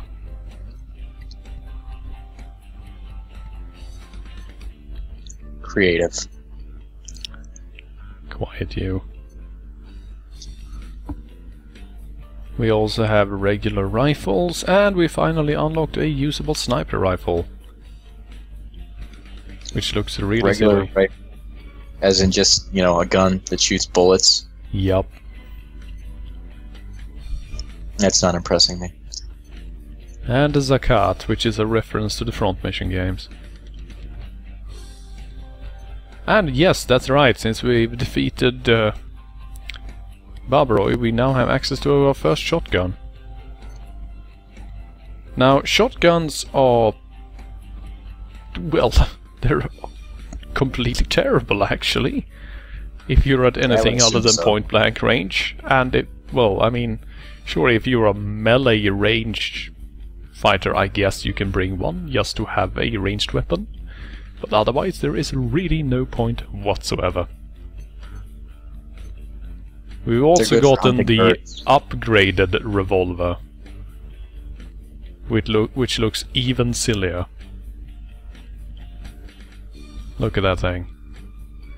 God damn, look at the thing. That is a silly gun. Yeah, the image of a giant robot just holding an oversized revolver. It's great. And ah yes, the pulse gun. The pulse gun is a strange beast. Because it's weird, basically. Get into that later, I suspect. Now then, the question is, what should we actually invest in? A hedge fund. That's a brilliant idea. That's how you secretly win the game. Do the first few missions and invest all your money and then live out your life. Yeah. Right, let's get the Gatling gun, because I like Gatling guns.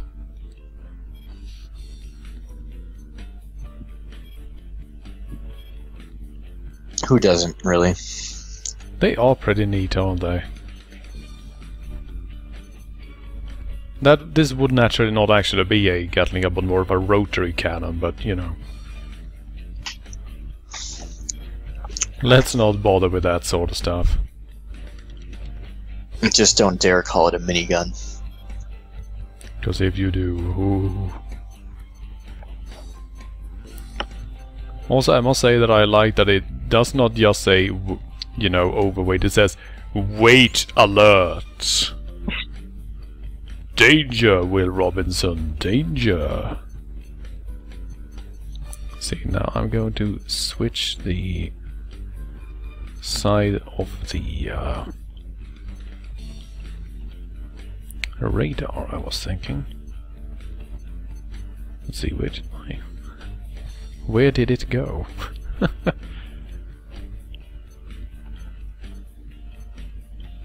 Oh wait, maybe it attaches differently. There we go. Because we are likely going to be running out of ammo for the Gatling gun in a hurry. So I figured, you know what? Why not have a missile there instead?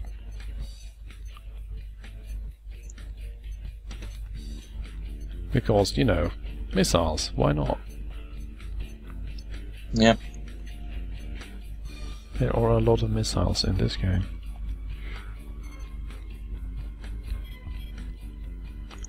There we go. We can probably get rid of that. Now, stabilizers, good lord. We are in trouble.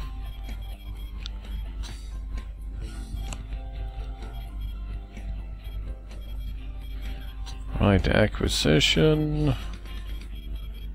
Getting gooder at shooting things. It's pretty much no point. Let's see, we'll increase our energy output though, because that is always handy. And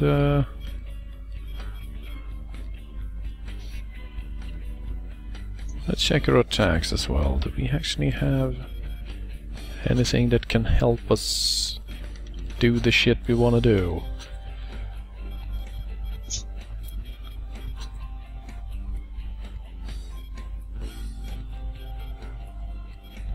See, there's some points in aim precision as well while we're at it. And energy capacity, because why not? Increased energy capacity is always handy. There we go. Now we have big gun. Hooray. You always need big gun. So, what are we going to do next? Well, we are going to be shooting down aircraft. With a gun. Let's confirm the mission. We've located an armed anti-establishment group's supply line. This mission can be The sort of enemy tricky supply though, actually. convoy will be flying over the Robert Meyer Bridge. Stand by in the area and take down all of their freighters. We've spotted specialized flight-capable normals among their fleet. Also, look at that. Look at that normal. Look at how ridiculous that thing is. It is quite ridiculous. It is so silly. And here we learn that Maghrib was not actually even ranked. He was just number dash. Harsh.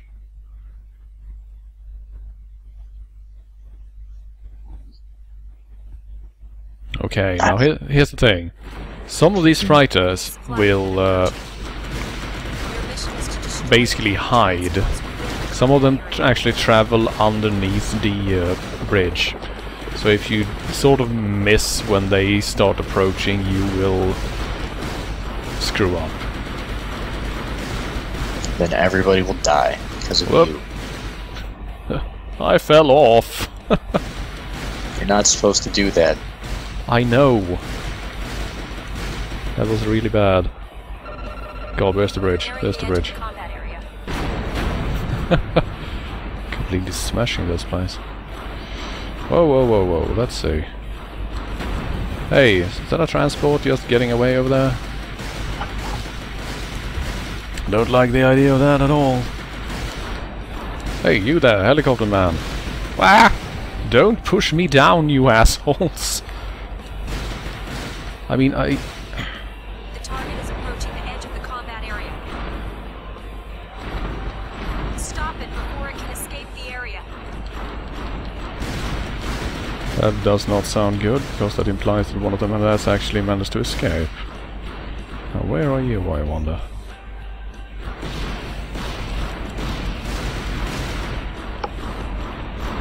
Okay, there's you. Enemy signatures confirmed on the ground.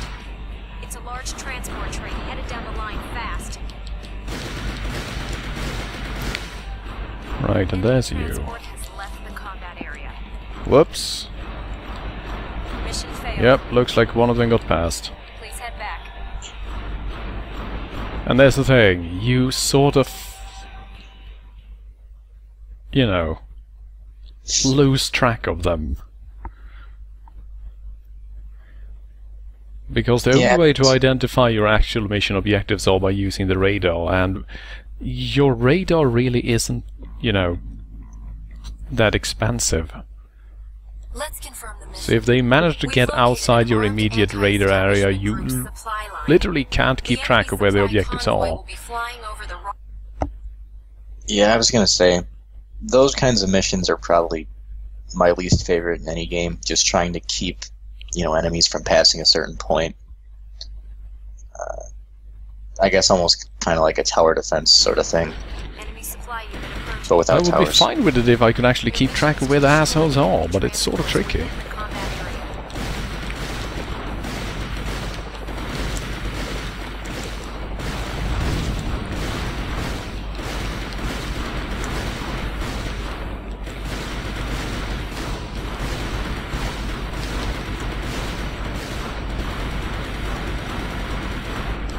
Something I like about the Gatling gun though is that it does not have magazines. It just has one big drum of gun. That's it. Pure, unadulterated gun. Yeah, you just hold down the trigger and everything disappears, and it's great. Hey, you there. Don't even try, asshole.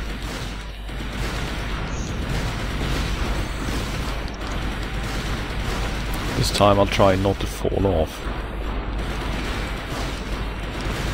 As you can also have probably noticed, I'm just ignoring the base enemies because they generally can't do much of anything. Pathetic. Yeah, well look at them, they're so silly.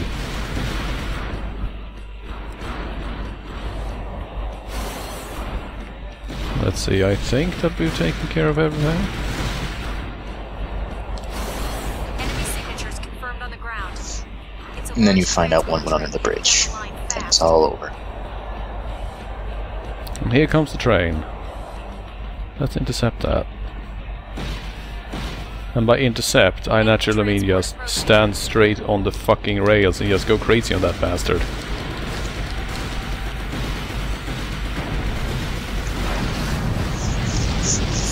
Oh, I'm having Star Fox 64 flashbacks. The mission was a success. We bad. Good work. Step on the gas. Please head back. The idea of just, you know, sliding out of the way of an exploding train just as it passes by, I mean, that was sort of neat, right? Sort of neat. It's okay. Yeah. Buddy I've seen Gripple is better. not impressed. Let's go home. You call that video games? I'll have you know I'm a video game expert. I have played all the video games. This mission though, oh, this mission I hate so much. It is so annoying.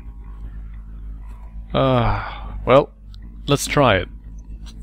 And you'll probably realize why I dislike it. A BFF ice-breaking tanker is being followed by a fleet of unidentified subs. Icebreaker defense. Eliminate the subs and protect that Defend the tanker. commander's mints.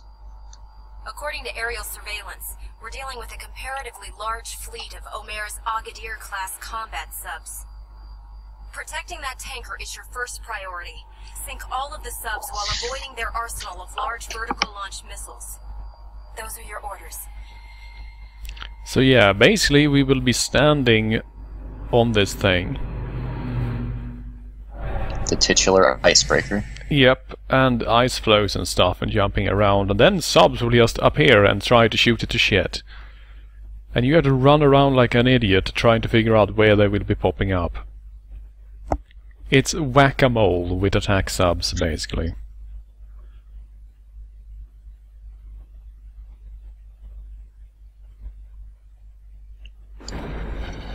Enemy submarine fleet has entered the combat area. I have to say it's a novel strategy. While guarding that We're icebreaker sending out tanker. attack submarines in massive forces.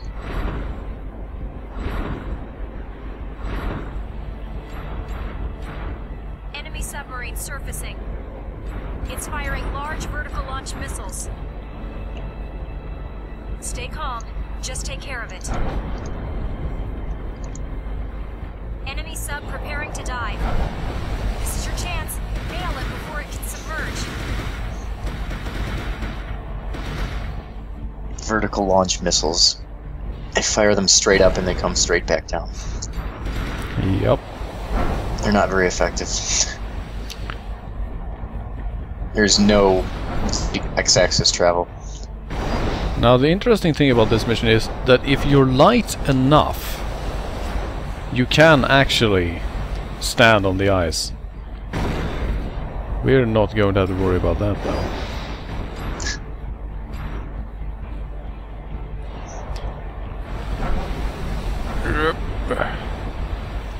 Whoa, what the hell? Sub, that did not look right. Undersea activity detected. Enemy reinforcements confirmed. More submarines. This mission would be a lot easier if it weren't for global warming. Yeah, I don't think that's the problem here. Fuck your subs! Oh god.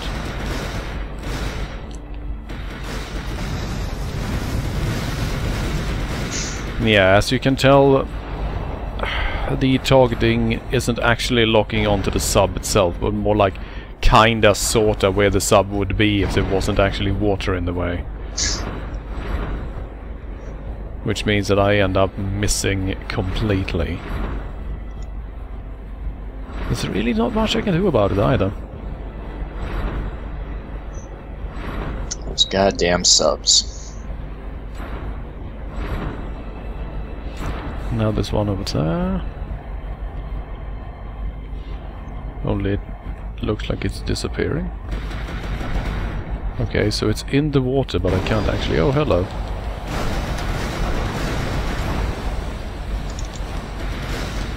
Can't I stand on the sub? That would be solving me. Yes, I know that there is damage reported by the tanker, damn it. The client comes first. Work accordingly. Undersea activity detected. Enemy reinforcements confirmed. More submarines.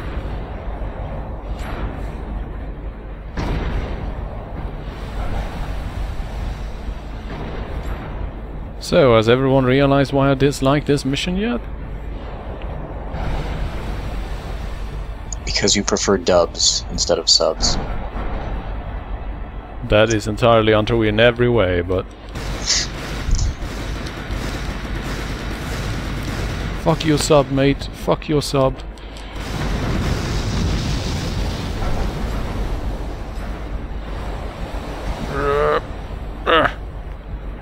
Gosh darn it. Hey, is that a sub over there?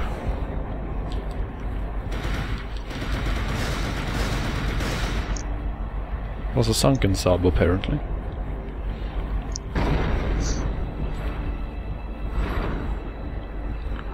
Man, I remember first time I played this game, and it took me like 5 or 6 tries to get it.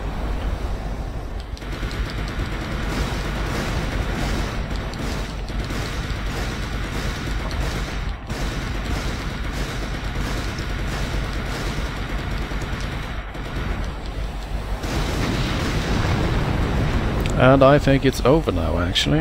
Yep. Engine failure. The tanker is What do you know? longer seaworthy. The mission was a failure. Please head back.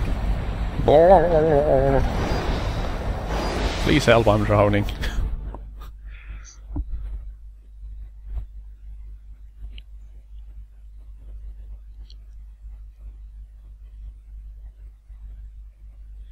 Yeah. And that boat was filled with oil and cyanide. I hope you're happy.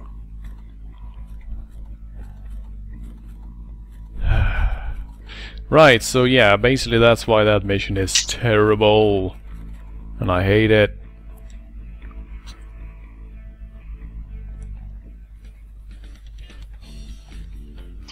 So, let's get to work. And figure out what we're supposed to do with our equipment in order to actually get at this asshole.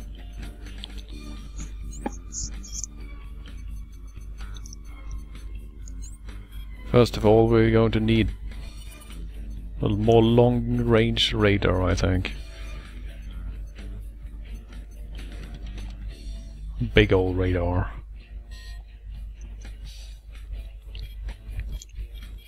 Surely you would use sonar if you wanted to be authentic. Sadly, there are no sonar in this game. Next up, let's just grab one of these assholes and blow a sub up with every shot.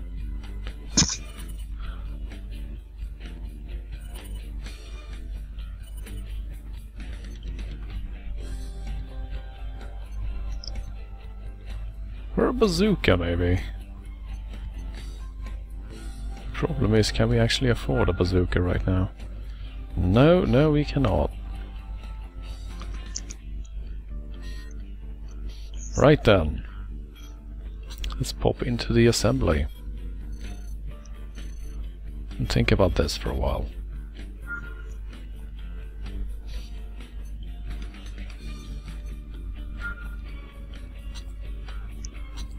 Start by selling off shit that we're not using. Which you really should do always, because you buy and sell at cost no matter what. So if you're not using something right now, well, guess what? There's no point in keeping it around, really. They should really just let you trade it in. Yeah, if they actually just let you do that, it would be really nice.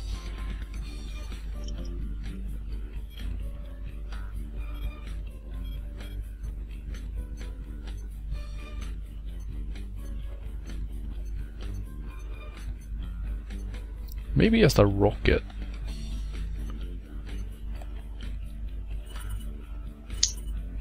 Just firing off shitloads of rockets, saturating the entire area. All rockets all the time. Yes. Or grenade cannons. Grenade cannons are actually sorta rad. They are also absolutely humongous. Look at those things. They are really big. And everything goes kablooey.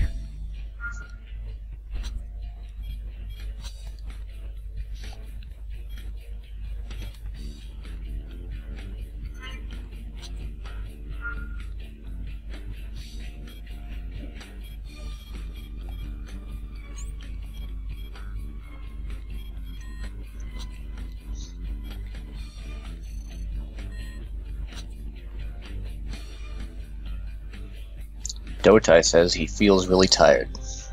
Something needs to be done about this, Arthur. It's our responsibility. Does he feel asleep, is the question. I don't know, he didn't specify. Curses. How am I supposed to deal with this?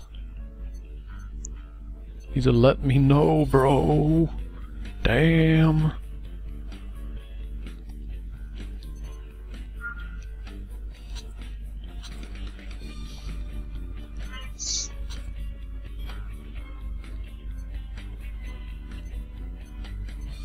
May I perhaps recommend coffee, or failing that, sleep? Bah. Don't try both, though. That doesn't work for some reason. From what I understand, things don't work out.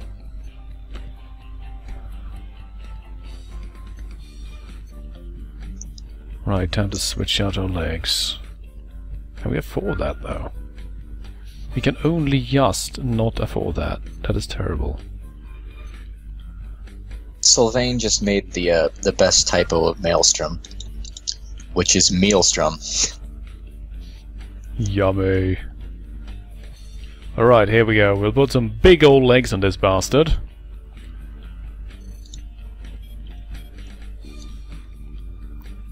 That is sure to help us. I like it a lot. That means that we pretty much spent all our money.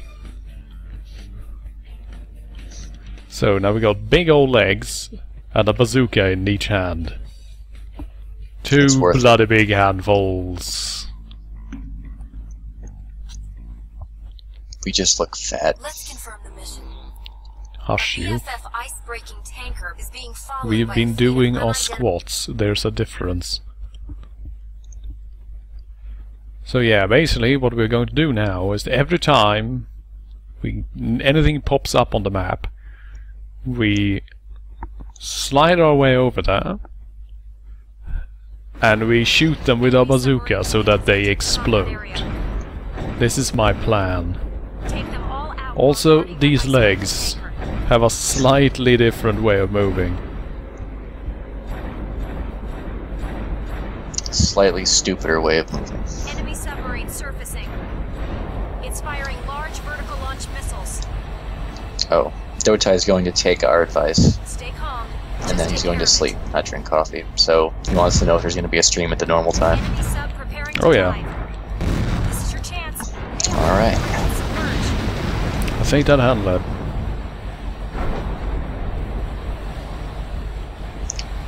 Pleasant dreams, Dotai. Yeah. Should also be noted that despite us popping up and just wrecking the bastard right away, it still took shitloads of damage. Because these things, they fire the instant they rise. And sometimes they just don't take damage, like right there. And there's really not much you can do. Fuck video games.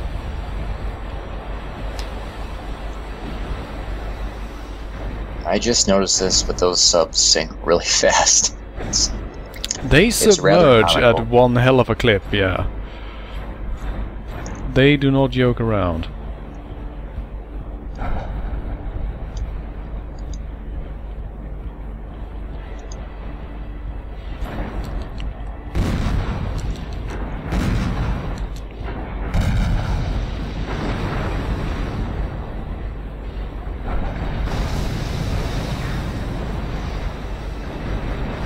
Let's see if we can... Yes! Intercept these things with my own body if I have to. Whoa! Now they're actually shooting at me instead. Enemy reinforcements confirmed. More submarines. That's a good thing, actually. It really is. Though it's actually sort of frustrating as well. That's the thing about escort missions. Basically, your fate is decided by, you know, which one of you the enemy decides to target. Yep. You can't really run interference like such, either. There we go, fuck you. Wow, that happened rather quickly. Apparently, if I don't hit in the actual missile base, they simply don't take any damage. Good times. There is of course the problem that you don't automatically lock onto the missile base.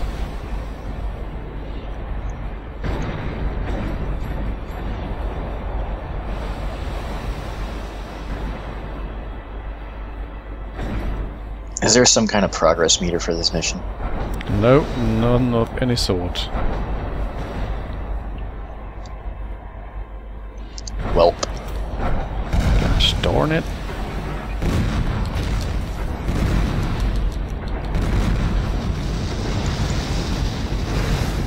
And yes, I know that there is damage reported by the tanker, god damn it. Work accordingly. Fuck! Why don't I have a freaking repair beam or something?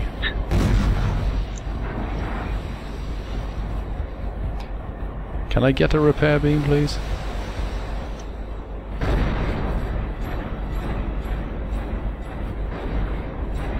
Alright, here's the plan. Make your mech as big as possible, and then just hunch over the boat the whole way and absorb all the damage. Berg.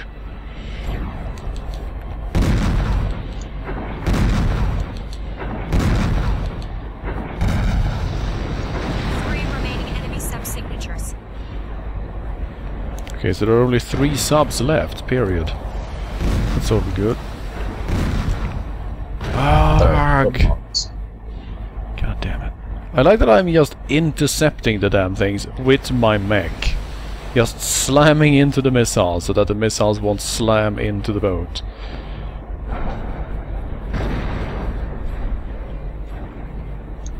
There has to be a better way. Seriously.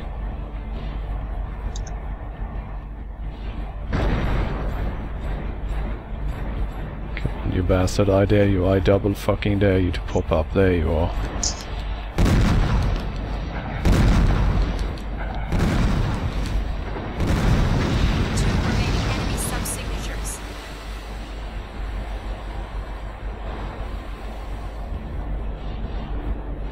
I'm trying to help you by just crushing the ice in front of them, but that doesn't seem to be enough. Come on.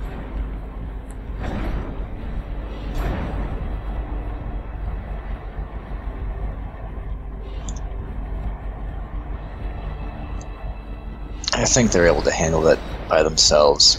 You know, being an icebreaker and all. I wouldn't count on it. All subs are surfacing. Whoa! They're preparing a missile fusillade. Guard that tanker. God, that tanker, they say. Is he enough for you to say, god damn it? You have to stop the missiles, Arthur. It's like a Metal Wolf Chaos all over again.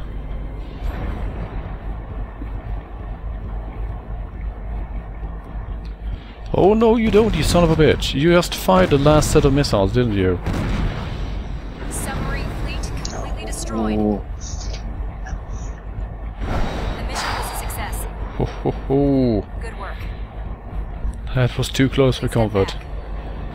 For a short moment there, I honestly thought that it was the missiles hitting the tanker that had ended the mission. Because goddamn, that would have... Yeah. I would not have been a happy camper if such was the case. I'm glad you're alright. Let's go home. Hey, you got an A rank out of it. The thing is that if you actually beat the mission, it's really hard not to get an A rank. Because there's really no one shooting at you.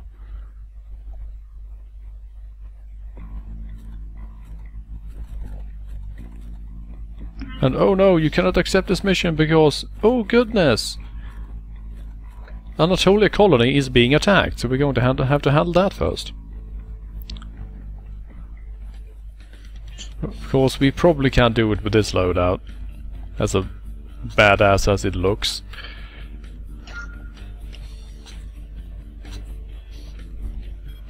Let's sell those off. We're gonna have to change our legs. Oh, legs are actually fine. Those we can keep if we feel like it.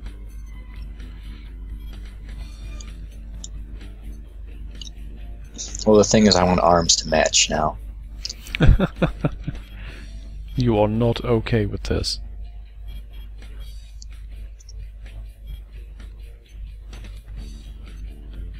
Chain missile systems. Yes. Yes. Thank you very much. That is more like it. All about them chains.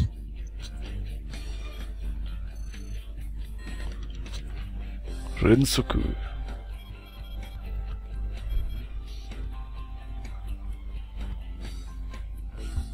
Because yeah, basically since we are doing well and interfering with the companies, they have decided that, you know what? Time to wreck this shit. Now this is also an interesting mission because you can see here it says PA use banned, which means that we are not allowed to use primal armor, which is the shield system that protects us. Unidentified squad approaching Anatolia. There aren't many, but they're almost here. You have to intercept them. Please hurry. We will be seeing more missions like that where we basically have artificial limitations put on us, like no laser weapons or no boosting and stuff like that. Nothing wrong with that. Standard technobabble explanations, as you might imagine.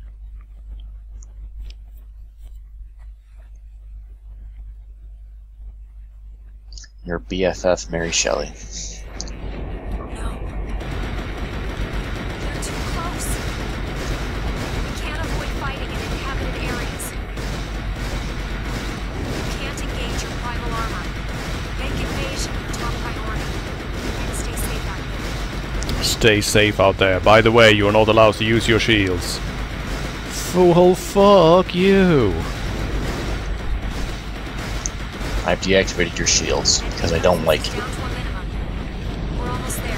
Stay sharp. It's like other M all over again. Oh, you have not yet received authorization to use that equipment. You can't have your weapons because you're a woman. Oh no. Interestingly, in fan canon, the protagonist of Armored Core 4 is a woman. Neat. From has never really said anything about it though. Of course, since this is a Japanese game and Japanese fans are the one responsible for the fan canon, the lady pilot in question is basically just this green-haired girl with really big boobs. Enemy signatures have disappeared. Anatolia is still standing. Mission accomplished. Well, we know that the protagonist of Armored Core 4 is a bird, as Dotai reminds us. The question is, did the hen come first? Well, that went pretty Nope. well. The egg came first, according to evolution. It looks like they were the remnants of the Maglib Liberation Front. I suppose we were the objects of their... I like that apparently somehow this Central African Liberation Front militia just packed together all their military hardware and traveled halfway across the world to attack us. Did no one notice these guys? They had invisibility cloaks. Oh. Oh. Okay then. Water gliding. Hell yeah. Let's confirm the mission. Eliminate all of the unidentified ships in the waters around former Chinese Shanghai. From their Eggs silhouette, vacation. we've deduced that the targets are BFF Special Operations ships. Their primary The defenses will be Bernard a Felix powerful long-range Foundation is cannon apparently and a the series of actual name vertical launch missiles. of the Be careful. BFF Corporation. Those are your orders. I prefer my theory. I think everybody does. Now, we are definitely not equipped to actually handle this, but let's give it a shot anyway, shall we?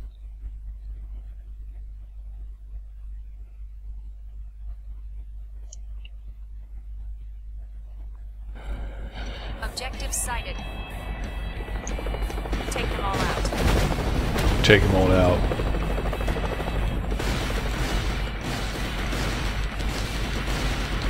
You're in range Oh of man, the enemy's main Shanghai's in bad shape. Yep. Stay sharp. When they said former Shanghai, they didn't mean that it was, you know, switching owners or anything. They meant it. There's nothing left of Shanghai now. Also, holy crap, there are a lot of assholes here.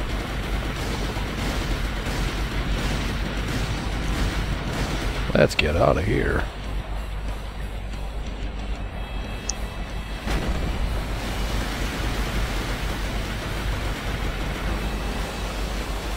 Whoa, ow, that hurts. You piece of crap.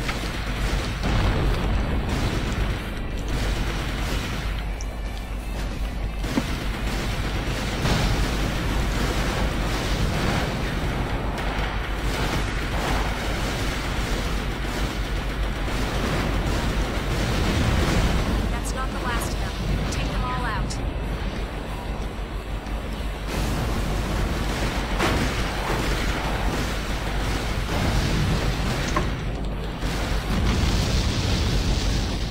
You're nearing the edge of the combat area. That's not the last of them. Take them all out.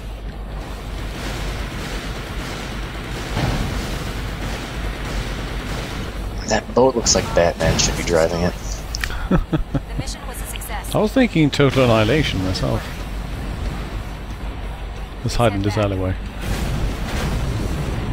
God, they're blowing up the buildings around me. Help!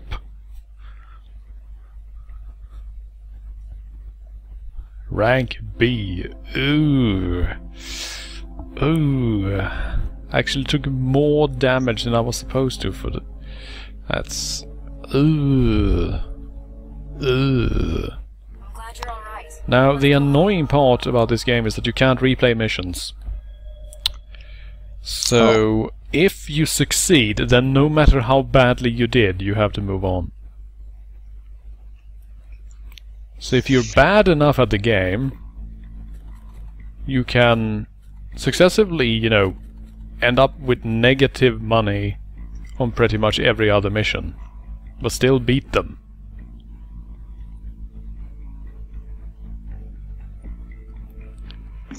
Well, the game's trying to teach you to live with your mistakes and learn to move on. Let's confirm. I suppose. Eliminate the armed terrorist faction that's taken hold of the Razgul colony's subterranean facility. The enemy holds And we're going back to firepower, Razgul. including normals. They've already defeated the colony's on-site defenses. We've confirmed Arisawa Heavy Industries heavyweight normals among them. Which Don't let is them team in up on you in closed spaces. Brazil, maybe? Those Or... are your orders. Too far south for Brazil, isn't it? yeah. Uruguay? No. Here though, here's Mikael F. He's a Swede. Is he? Yep.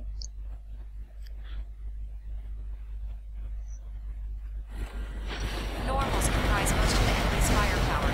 I'm assuming his emblem has something remarkably Swedish about it. Yep. Or is it... 3 crowns and a blue background, baby. Okay, now remember how... Right, as I was about to say, remember how last time we were descending to get at these guys? This time we have to ascend to get at these guys. Because they're sort of hiding out. See, they turned the concept on his head. You know, changed the playbook on us. I am taking shitloads of damage. Whoa.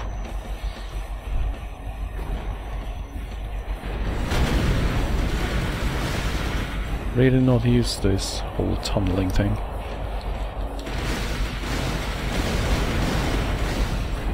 Still, it is very easy to take a lot of damage randomly in this game. Let's see, one set of objectives is in here.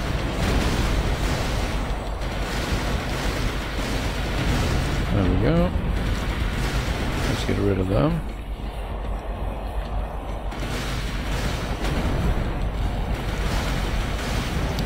Pop our heads out here.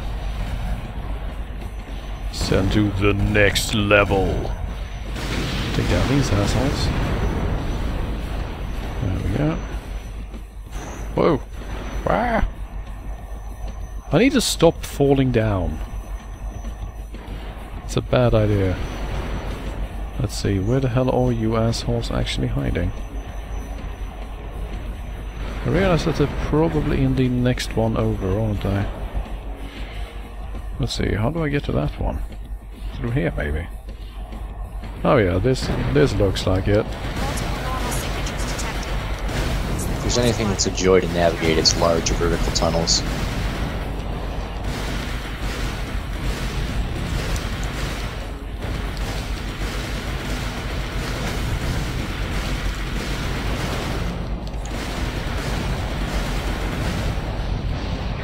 Brainamp suggests you lose some weight, fatty, so you don't get hit. His words, not mine. Do not take offense. The mission was a success. But I like being big and fat. Whee! Please head back. Also, it's been so long since I played this game, so even if I was lighter, I probably wouldn't be able to dodge very much. Should just make the biggest, absolute fattest bastard and just tank everything. Besides, I still took 11,000 damage less than they thought I would. I'm glad you're alright. Let's go home.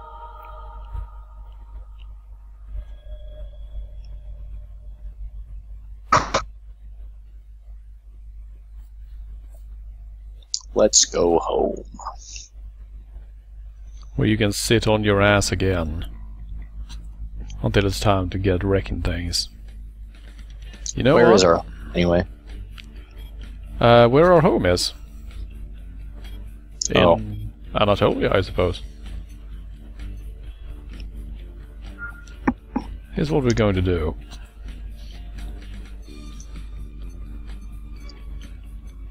We're going to sell everything. We're going to build a new mech. So I'm tired of this one now. I want something new and Yeah, what were we exciting. thinking? Green and pink. Ah, the colors are fine.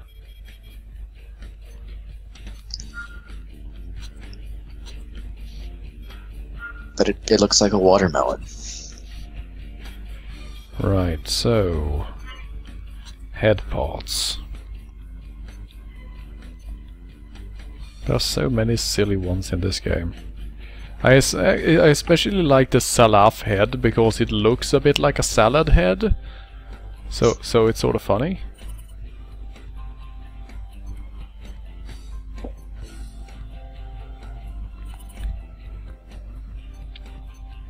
Also have all sort of hidden freaking stats and shit.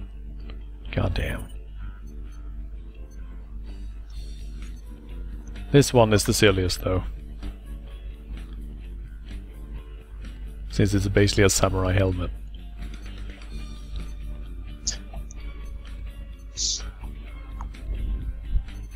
I'll take 2.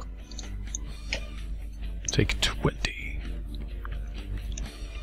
This I'm though, not made entirely of heads. these have to be the pointiest nipples ever. I mean, they have clamps. Are they machine guns? No, they're just clamps. Also, super tiny torso. Then you add huge arms. Your dad, the mech. He's not evenly balancing his workout. He never did.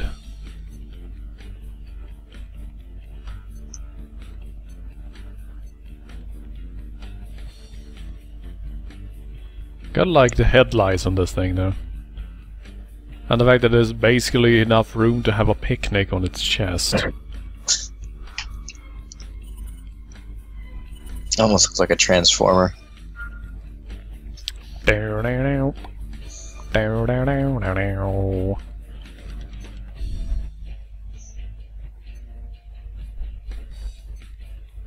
I'm not entirely sure why the Telos has like extra cockpits on the arms and stuff. Looks like they're about to just, you know, detach and fly off, and it turns out, oh no, there were drones all along! I was thinking until your kids can come along. One in each expensive to arm hire just yelling, kids. pew pew pew pew!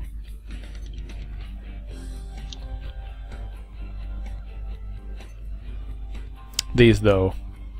Integrated bazooka arms. For the no-nonsense next pilot.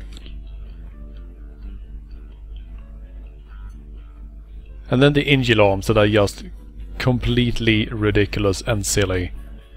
Seriously, these are just silly. And they're also absolutely terrible. Just multi-barrel shotgun arms that can't hold any other weapon. I mean, you'd think they would be sort of rad, and they look sort of rad, but they are completely useless.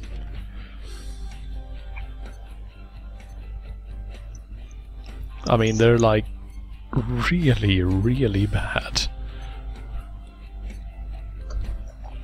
As shotguns usually are.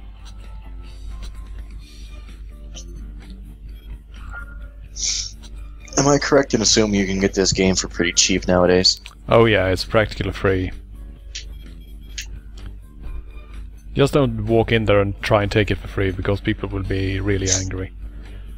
It's always worked in the past.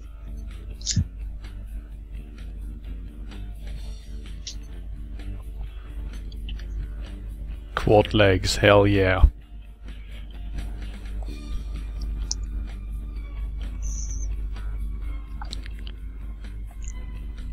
Hey, we can be the tarmac layer. Yes, we can, almost. So, need caterpillar tracks on each foot, though.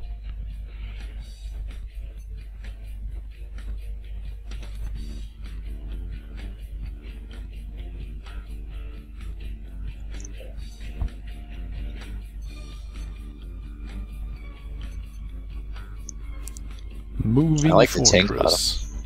Yep, the moving fortress model. And Alberio looks really, really silly. And it has jet engines. Which is pretty great. Honestly, at that point, why do you bother putting like a torso and arms on it? Like, you could just make a tank and it would work just as well. Well, you know... See, it's people like you. I'm a realist, you know.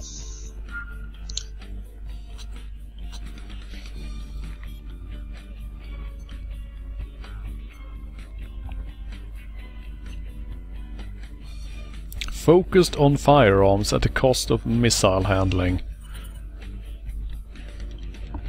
Who gives a shit? I don't even use missiles.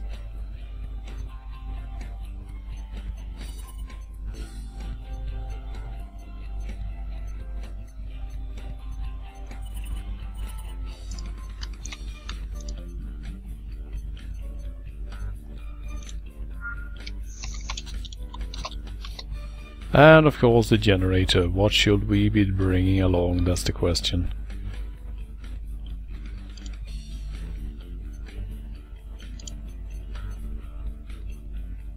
Dance is of course the one that looks rad.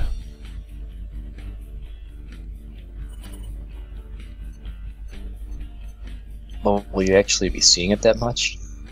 No, since it's entirely internal. Right. Now it's booster time. But we can't actually have any boosters. We can only have side boosters because this thing is, you know, already big.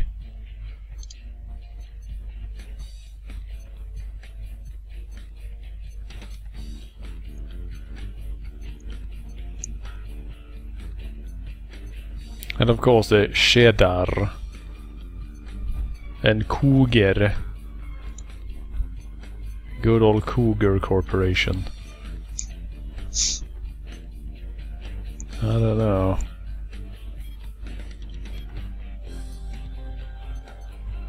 Let's grab a shader. And sell off our Hogray. And then of course our overboosts, which I almost never use, so there's really no point in it. I don't think mobility is really our largest concern at this point. What are you talking about? I am all about that shit, son.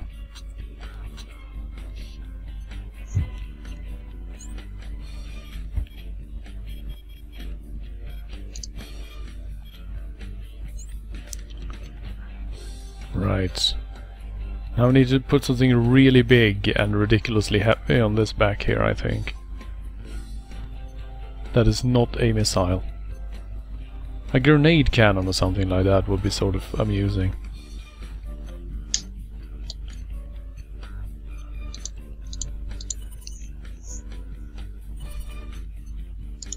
Maybe a plasma cannon. I don't know. I'm not against the idea. Yeah, let's just go with the heaviest grenade cannon we can afford. And then of course we come to the stabilizers, and the game basically goes, wait, are you serious? You're actually planning on driving this thing? Like, you wanted to move? The hell is wrong with you?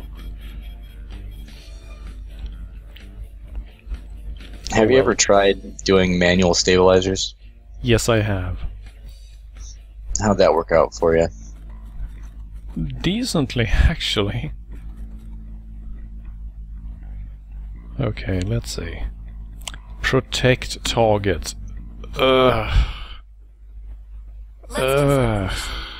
Intercept the large unidentified squadron. We're in Poland, apparently. The Haida arsenal and prevent any incursion of the construction. That doesn't dock. look like Poland. Judging from their attack, their squad appears to be centered around several normals and demonstrates both experience and strong organization.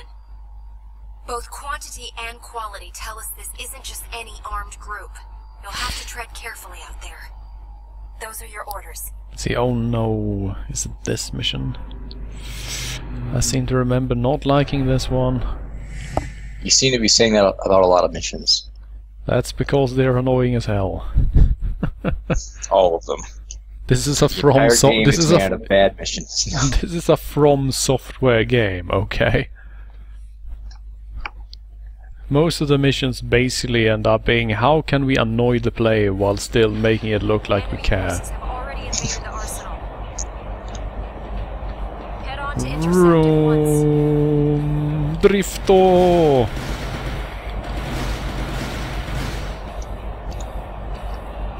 Enemy invasion confirmed. Move to intercept. Now we'll shoot these guys while moving backwards, see? Then we'll spin around, catch these guys from behind. Second enemy wave has infiltrated the arsenal. Displaying the point of infiltration now. Check your radar.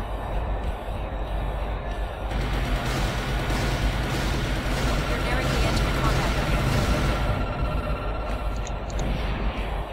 A third wave of enemies is infiltrated.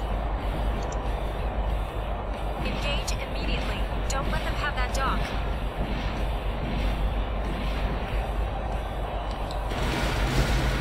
I like how they start shooting at you before they actually know where you are. They don't have line of sight, they're just shooting at the walls. Try to stay sharp. Right, let's switch to a big gun. It's better than a small gun.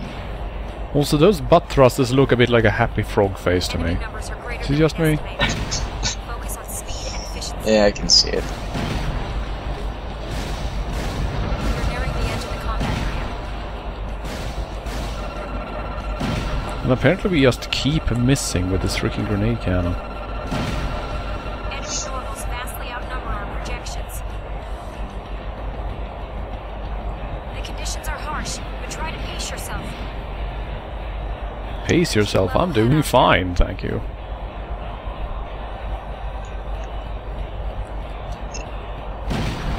Yep, Looks like that one grenade just cleared the entire corridor. Enemy invasion confirmed. I can get this game on Amazon for $5. Intercept immediately. Yep, sounds about right.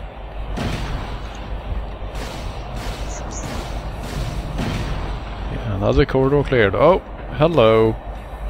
Those guys are moving really fast to that target area, that's not good. Let's see if I actually can catch up with them, or this is an instant mission failure. Hurry before they can infiltrate. What do you mean infiltrate? They'll just walk in and go ha ha ha, On the dock. and then I'll go, no, you're not allowed to do that, assholes. All enemy activity silent. The mission There was we a go. success. Good work. Please head Rolling round at the speed of sound. Got nowhere to go, I'm just drifting forever.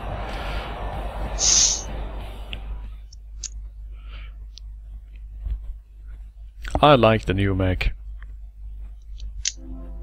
You got an A rank. Oh, I'm warming up to it. You don't quite approve just yet. I don't know about these newfangled tank mechs. And then of course Joshua O'Brien, who pilots the legendary White Glint. He's the final boss, by the way.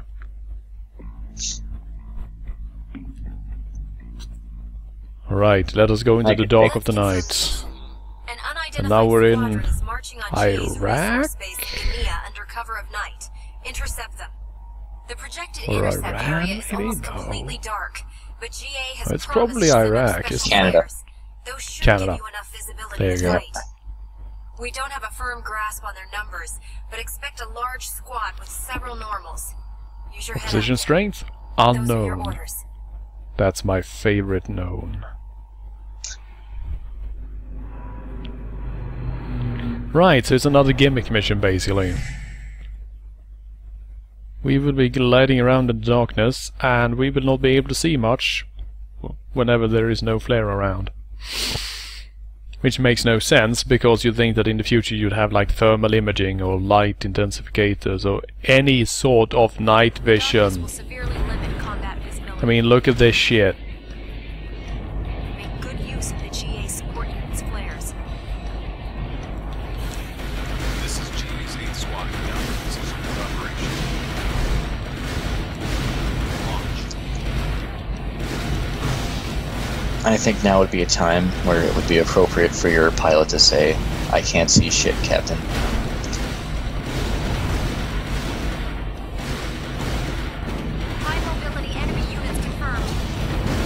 high mobility enemy units. Unlike slow and zero mobility units, because those are terrible. Enemy numbers are starting to thin. Now, as you have probably noticed already, since we're so low to the ground now, it's actually sort of hard to aim up. Enemy signature confirmed. It's huge. Mobile fortresses. Look out for high-powered weaponry. And now we have a large enemy battleship approaching.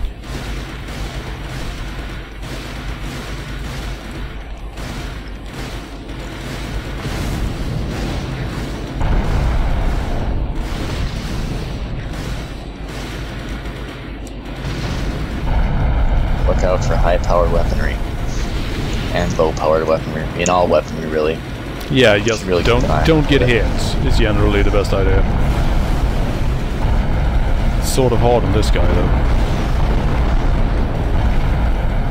Switch to... There we go! That one hit him. Too much fire. Don't just rush in. G8 to the support. Enemy troops annihilated. The mission Fuck was your a shit, success. bro. Good work. Oh god, I'm falling into darkness! Please head back. I'm trapped in the void!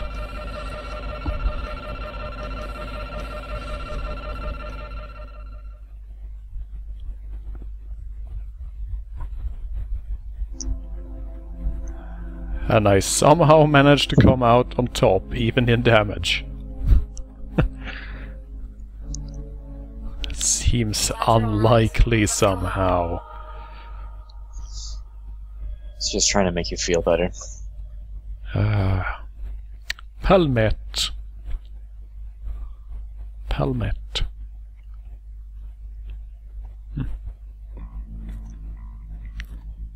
Up in flames, oh goodness. You must perform the entire mission while on fire. Oh shit, son. Realize that you should probably move the grenade cannon to the left back instead.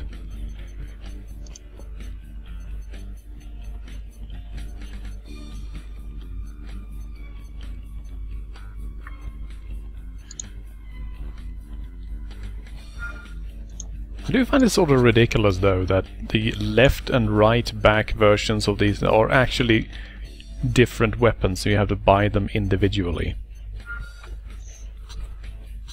Shit makes no sense, son. Customization.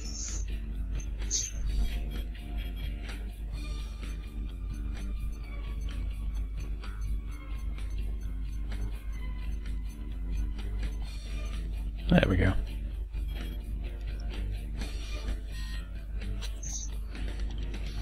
Right, time for another duel, it seems.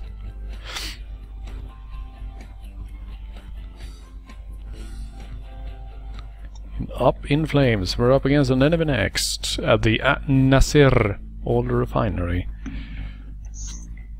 Wonder what that is. An excellent place for a battle involving lots of high explosives. And oil refineries are brilliant places to fight. Next, Ashut Minya has taken over GA's Nasser oil refinery.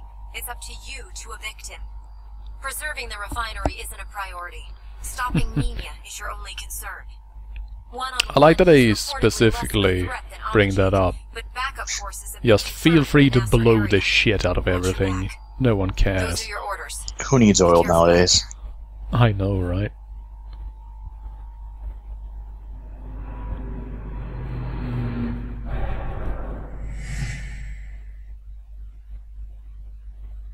Then we have the cool guy, KK. And his logo is totally a... KK as in the guy from Animal Crossing? Maybe? KK Slider? KK Slidey is sliding around in the next, playing guitar. Your target is Ashut Minya. You can ignore any additional forces there. Stay safe. They just keep reminding me, by the way, completely ignore everything and everyone else that isn't him. Whoa, here we go. And now you're about to learn why the duels in this game are completely ridiculous.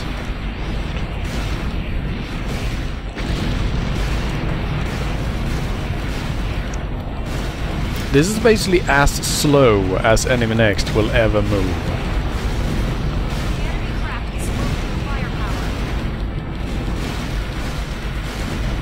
Does he have a tank mech as well? Yep.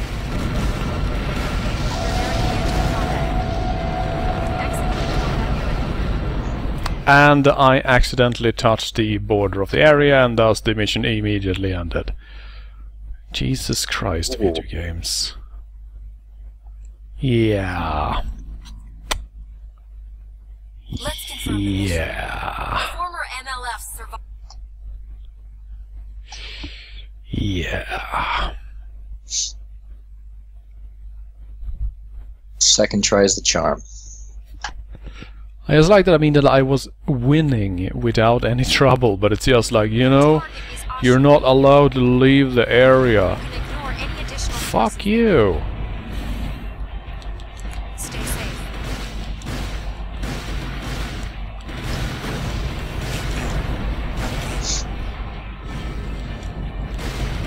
Right, first things first, let's blow this place up.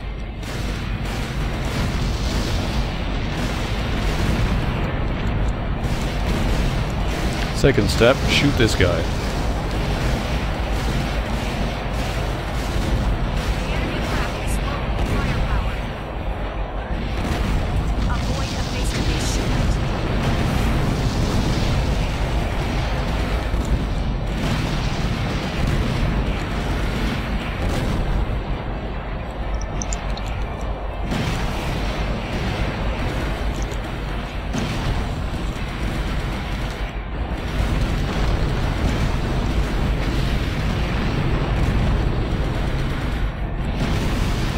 I'm trying to hit him with the big gun just to see if it will actually work.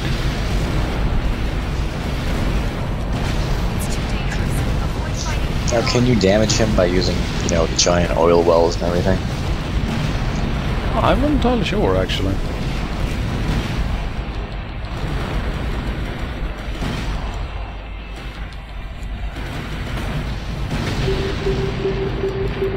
And I'm on the verge of dying here. That is not good.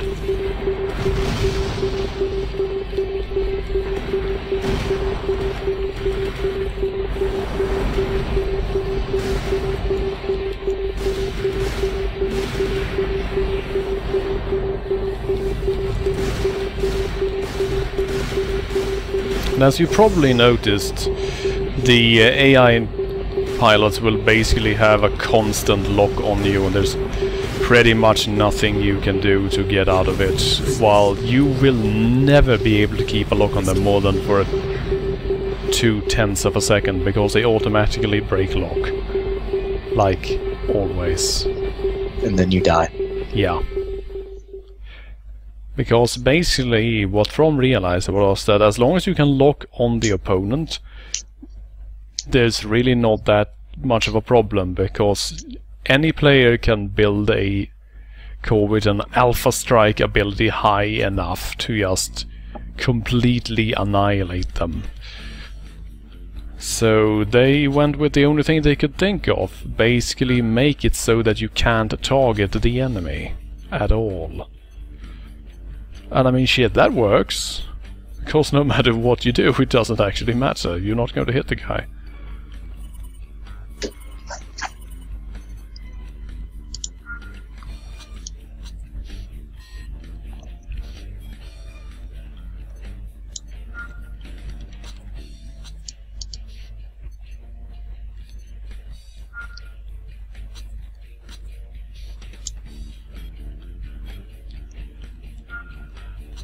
It of course does feel a bit silly when you do everything you can to fight the guy and you realize that no matter what you're doing, he just stays locked on and there's nothing you can do.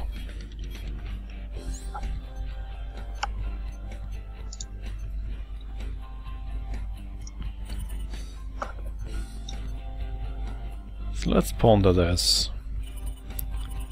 How about an ECM maker? Which is expensive as hell.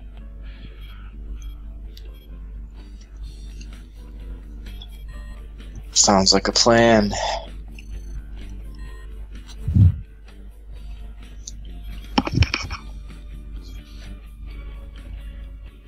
And again, when you're fighting the AI next pilots, the thing is that you basically have to adapt to who you're fighting, because there's no way you can win on skill alone. I mean, I know that since I'm not a very good player, that might sound a little weak, but it's actually true. Because the thing is that if you don't adapt to your opponent, you will get your ass whooped, because they will just run in circles around you if you're too slow, and if you have too little hit points, they'll just, you know, annihilate you.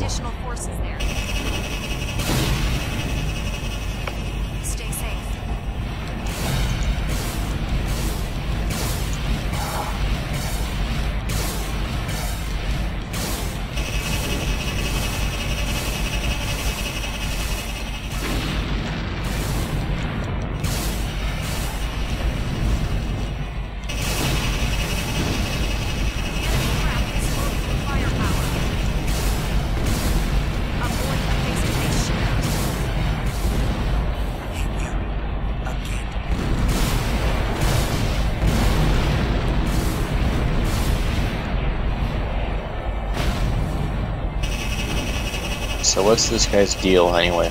Why are you killing him?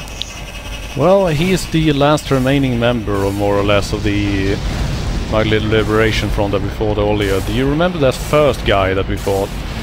Apparently these guys were best buds, so they would hang out all the time, and they were irregulars, as they're called. Basically people who are not actually capable of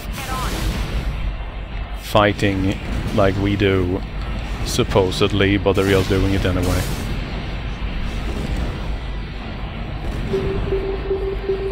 See, they're not pure enough, so they have to be exterminated.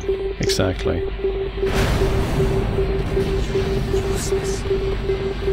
Well, it was going fairly well until we ran out of energy.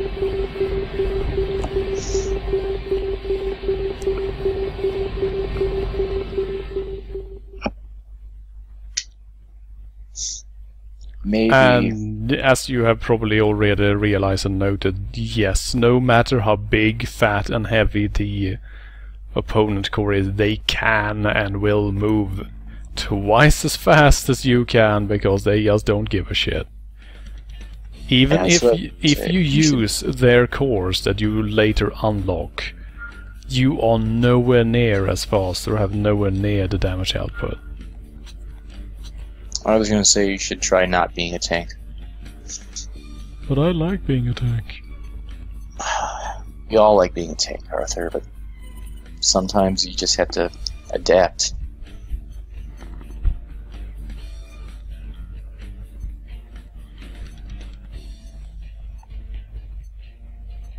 Jeez, fine. Time to sell everything and just start over again. Well, on that note, it's time for me to go to bed here. Oh. It's almost 1 o'clock in the morning here. All right. Well, will you stick around for the last attempt at least? Yeah, sure. Here's what we're gonna do. Gonna put a salad head on this guy. Essential.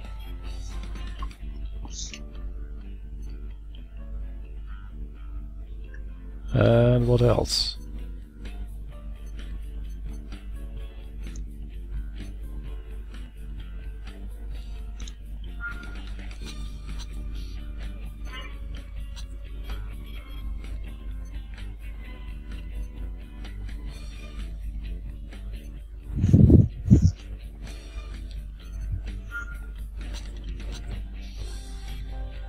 And then there's the whole question about legs. Man, legs. How do they work anyway? Hell if I know. I don't even care.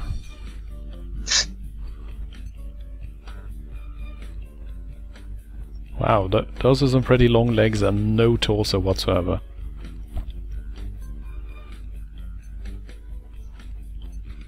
Make a great baseball pitcher.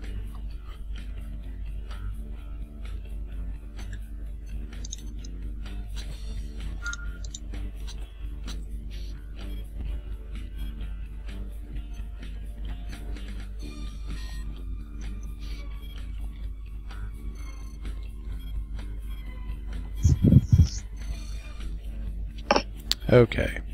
Time to figure out what we need to use to shoot this guy.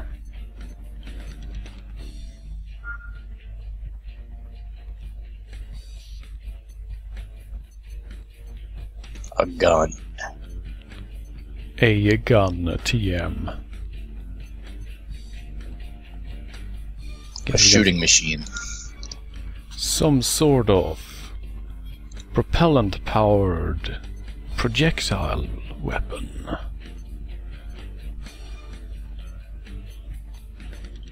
A hard thing thrower. The hard thing throw, yes, that is exactly it. I suppose I could describe a catapult as well.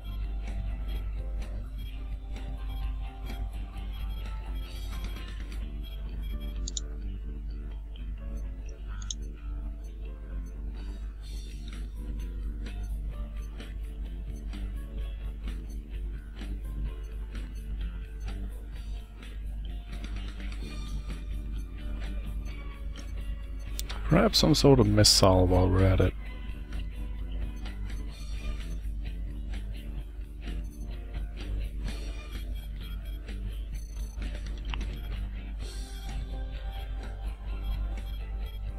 And now, let's see.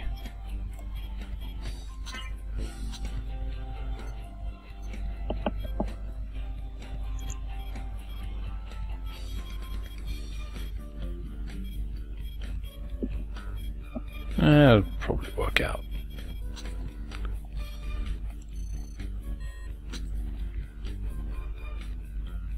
Just look at all those pink things sticking out. What do they Yeah, I was even gonna mean? say. I don't know. This model has quite an excess of pink.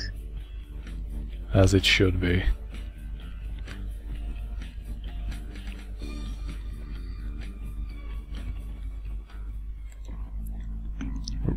There we go. Let's confirm the mission. Yes, I know what the former mission is. NLF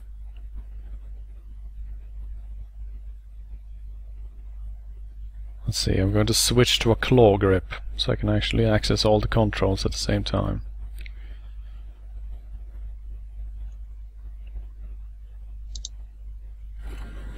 Your target is Ashu. You can ignore any additional forces there. Stay safe.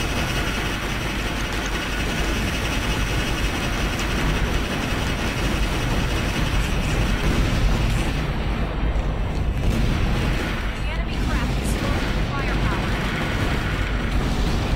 Avoid the face-to-face shoot.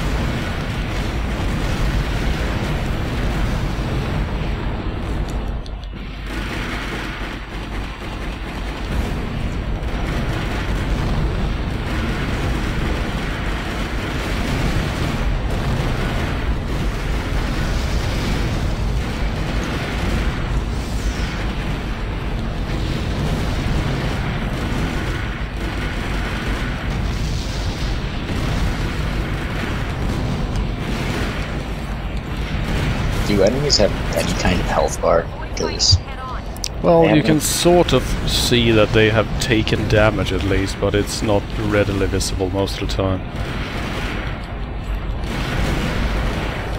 Most of the time you sort of have to rely on your intuition more or less.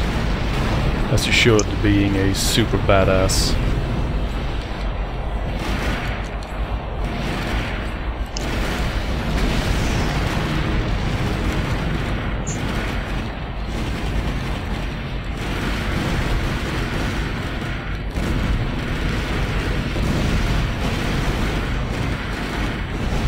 if you haven't already realized, most of the time the problem is that you can have to sort of let go of half of the buttons to actually turn, which means that 90% of the time you have no idea where the opponent is.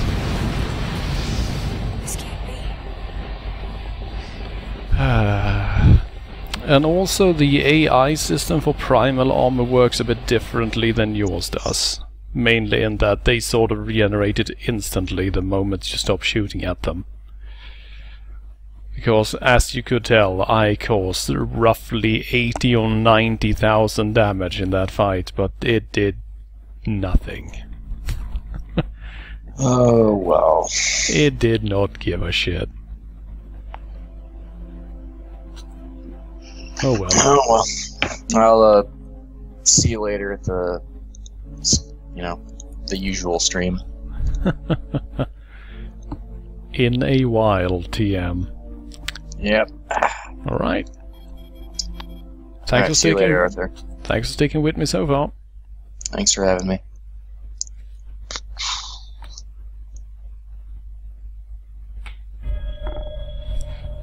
Now due to him leaving, a Skype window will pop up right in the middle of the screen. I knew it. Right then. That was Armored Core 4. Let's not play that anymore right now.